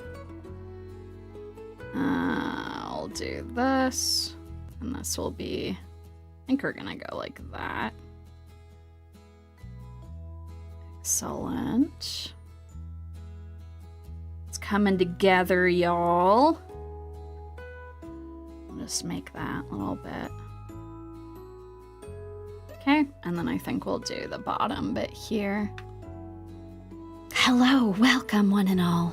We're currently drawing from Witch Hat, my favorite Brushbuddy, and the wonderful Coco, while I talk about entirely too cursed of ideas. Yeah, I know, right? And now we also know that dirty milk or like dirty drink is a thing in Wikipedia. That makes me scared for like the other things. Like, what is there beyond Pilk? What is there beyond Pepsi and milk? That's terrifying. That's no good. Not the Pilk lore. Oh, God. The fact that you all know this. Oh, God. No. Gilk? Wait, what is Gilk? Oh, no. Now I'm going to go look that up. Oh, no. Coke and milk, Fanta and milk, Gatorade and milk. No. Why are they doing this? Like, I refuse to believe that would taste like a milkshake. It has to be way more cursed than that. I don't know. I'm also someone that doesn't like the taste of Pepsi. I'm unfortunately a Diet Coke or a Dr. Pepper person. Oh, God. I have way too much of that shit all the time. Oh, combining that with milk is so cursed. Oh, my God. Oh, God. Well, I guess we've all learned something today. We've all learned about the horrors that exist within the world that even I didn't know about. You know what? That's good, though. I'm learning stuff. You all are learning stuff. I was able to tell you all about all kinds of crazy agricultural stuff. And... you all have taught me what Pilk is. Oh, God. What a world we live in. Pilk Baja Blast with milk. Oh, my God. That would be such a cursed color, too. That is... Oh, my God. Baja Blast is, like... I feel like there's a couple of things that are, like, quintessentially American. Quintessentially, you live in the United States. Baja Blast is one of those things. If you combine like Baja Blast with like Doritos, so like Taco Bell is what I'm saying. Taco Bell. Taco Bell is an aggressively United States thing. Like, my God, you can buy hard shell tacos that are made of Dorito, I was gonna say juice, but like bits of Doritos and stuff. I don't know. This is a very strange country that I live in. We come up with all kinds of insane stuff. I saw there was a thing that went viral recently on the Bad Bird website, Twitter, the wretched place that I must dwell as a content creator. Because now the filters are not like filtering out posts by country anymore, so you can actually see like a lot of stuff from all over the world, which is actually pretty cool. That's a positive, I guess. I'm not gonna credit the people in charge with that. I think that was in the works already. But it's made it so I've been able to see like a lot of posts that are normally in Japanese. There was this Japanese poster who was talking about how they had just discovered ranch dressing. Which is also an aggressively American thing. Ranch dressing is everywhere in the United States. You can get it everywhere. If you go to restaurants, they'll have ranch dressing. It is a very ubiquitous thing. And it's because ranch dressing kind of goes with everything. Like, put it on a salad, put it on a pizza, put it on the fries. Do all kinds of crazy stuff with it. Ranch milk, no! Milk. Oh God. You can find ranch dressing everywhere except for my plate or food. You know what, Crimson Omen? I salute you for sticking to your principles. I think that is excellent. I unfortunately have fallen victim to the ranch. Like, I didn't used to put ranch on everything, and then I moved to the Midwest in the United States, and they introduced me to ranch on pizza, and I was like, oh no! Oh no, this is fantastic! Now I'm always gonna dip my pizza in ranch dressing. So anyway, this poor Japanese poster was learning about all of this stuff, and they're like, oh God, now I want to try it on karage. And everyone in the comments is like, oh, you're not gonna believe how good that's gonna taste. If you have very saucy karage, you can dip the ranch in there too. Oh God. Yeah, to the ranch dimension. The middle of the United States is all just ranch and fried food. That's all that exists here. And pigs, I guess. Lots and lots of pigs. Also lots and lots of, what do you call it? Lots of corn is everywhere. Corn everywhere that you can see. Italians be like, you know, it does actually make me feel better that people like Raura from Hololive, she's Italian. And when she described the types of pizza that she liked, all these people in her chat were like, oh, but you're supposed to be Italian. And she's like, but Italians like to do crazy stuff with their pizza too. Like, she likes putting French fries on her pizza, and I'm just saying that folks where I live would heavily approve of that. They would love that. They put tater tots on pizza here, and like, I don't know. I think that it's slightly too much starch, but I get where they're coming from. Oh, God. All right, it's coming together. Wow, can you believe it's almost been 3 hours? We've actually made a lot of progress on this too. You know, I'm happy. I was having all these issues with Clip Studio for a while.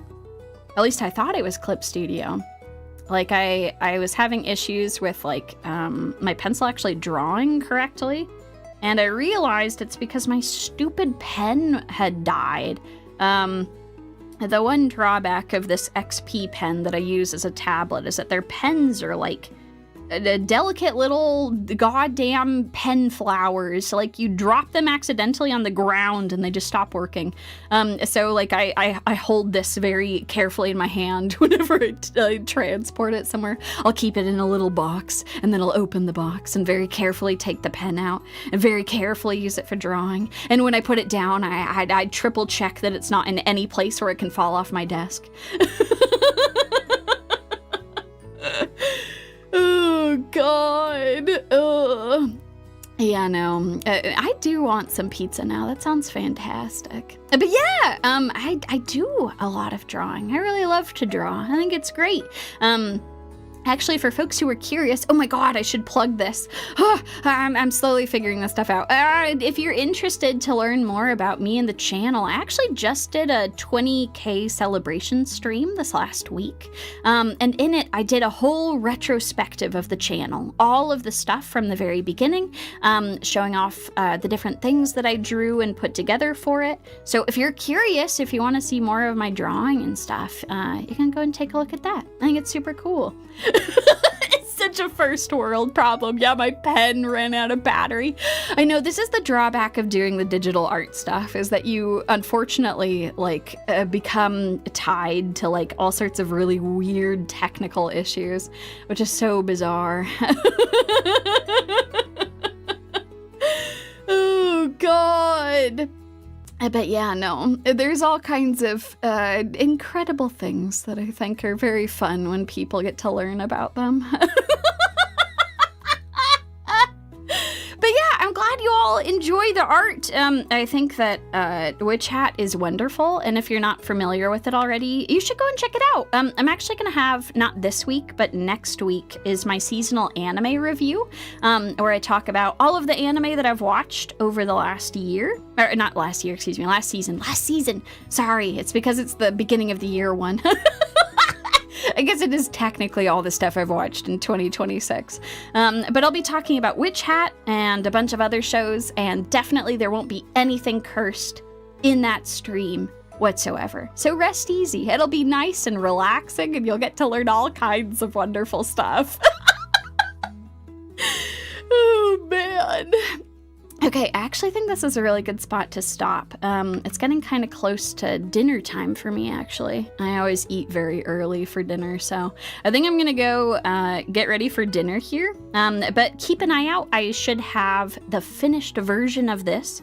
I might be able to finish it today, actually, and then post this online. So look forward to it. It's the Pilk of art recaps, isn't it? It's such a great way of putting it. It's absolutely fantastic. Oh, man. And here's the thing. I don't want to make people feel nervous about XP Pen either. I actually really like the tablet, but I guess I'm glad that I'm mentioning this now, because I only discovered this recently, that their pens are a little bit fragile. So just so long as you don't drop it off of your desk, you should be okay. That being said, if you do have problems, if you do accidentally drop it, I was able to get a free replacement because it was still well within warranty. So I just reached out to them. I was like, hey, my pen stopped working for some reason. They showed me, had me do a bunch of tests and stuff. And then, they sent me a brand new one. So that was fine. So yeah, if that happens, you don't even need to mention that you dropped it, just that it stopped working, because like their pens should be able to handle a little bit of wear and tear. It shouldn't be that, even though it is, so. Pilk is the official snack drink. Oh my God, that's so cursed. No, now the Pilk will follow me forever. The Witch Hat stream, the time where Yumie learned about Pilk and talked a lot about milk for whatever reason. I spent a disproportionate amount of today's stream ranting about different types of milk. That's kind of insane. Oh, man.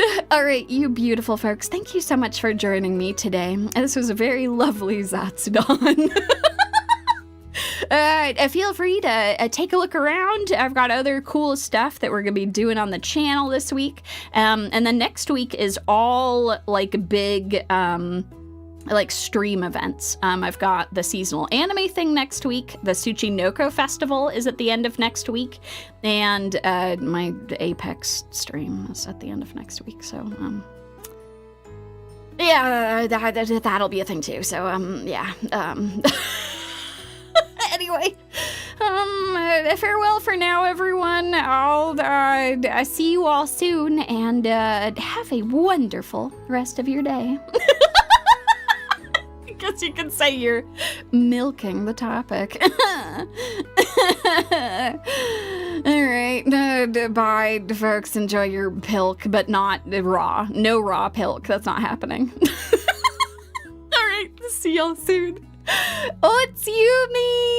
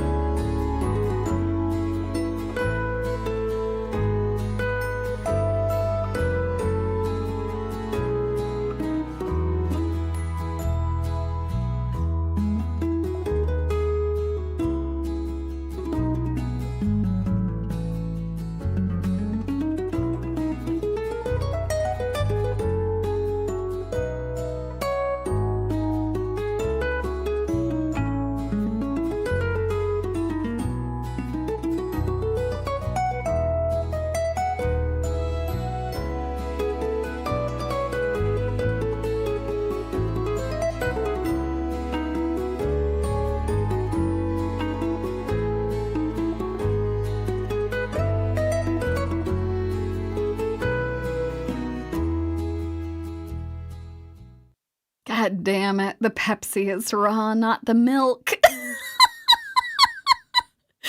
Oh my God. Well, I mean, at least that's the case. As long as the milk is not raw, that's fine. If it's just the Pepsi, you can drink the Pilk. It is approved for consumption by the Yumie. God damn it. All right, you folks have an awesome rest of your day. I'll see you all soon.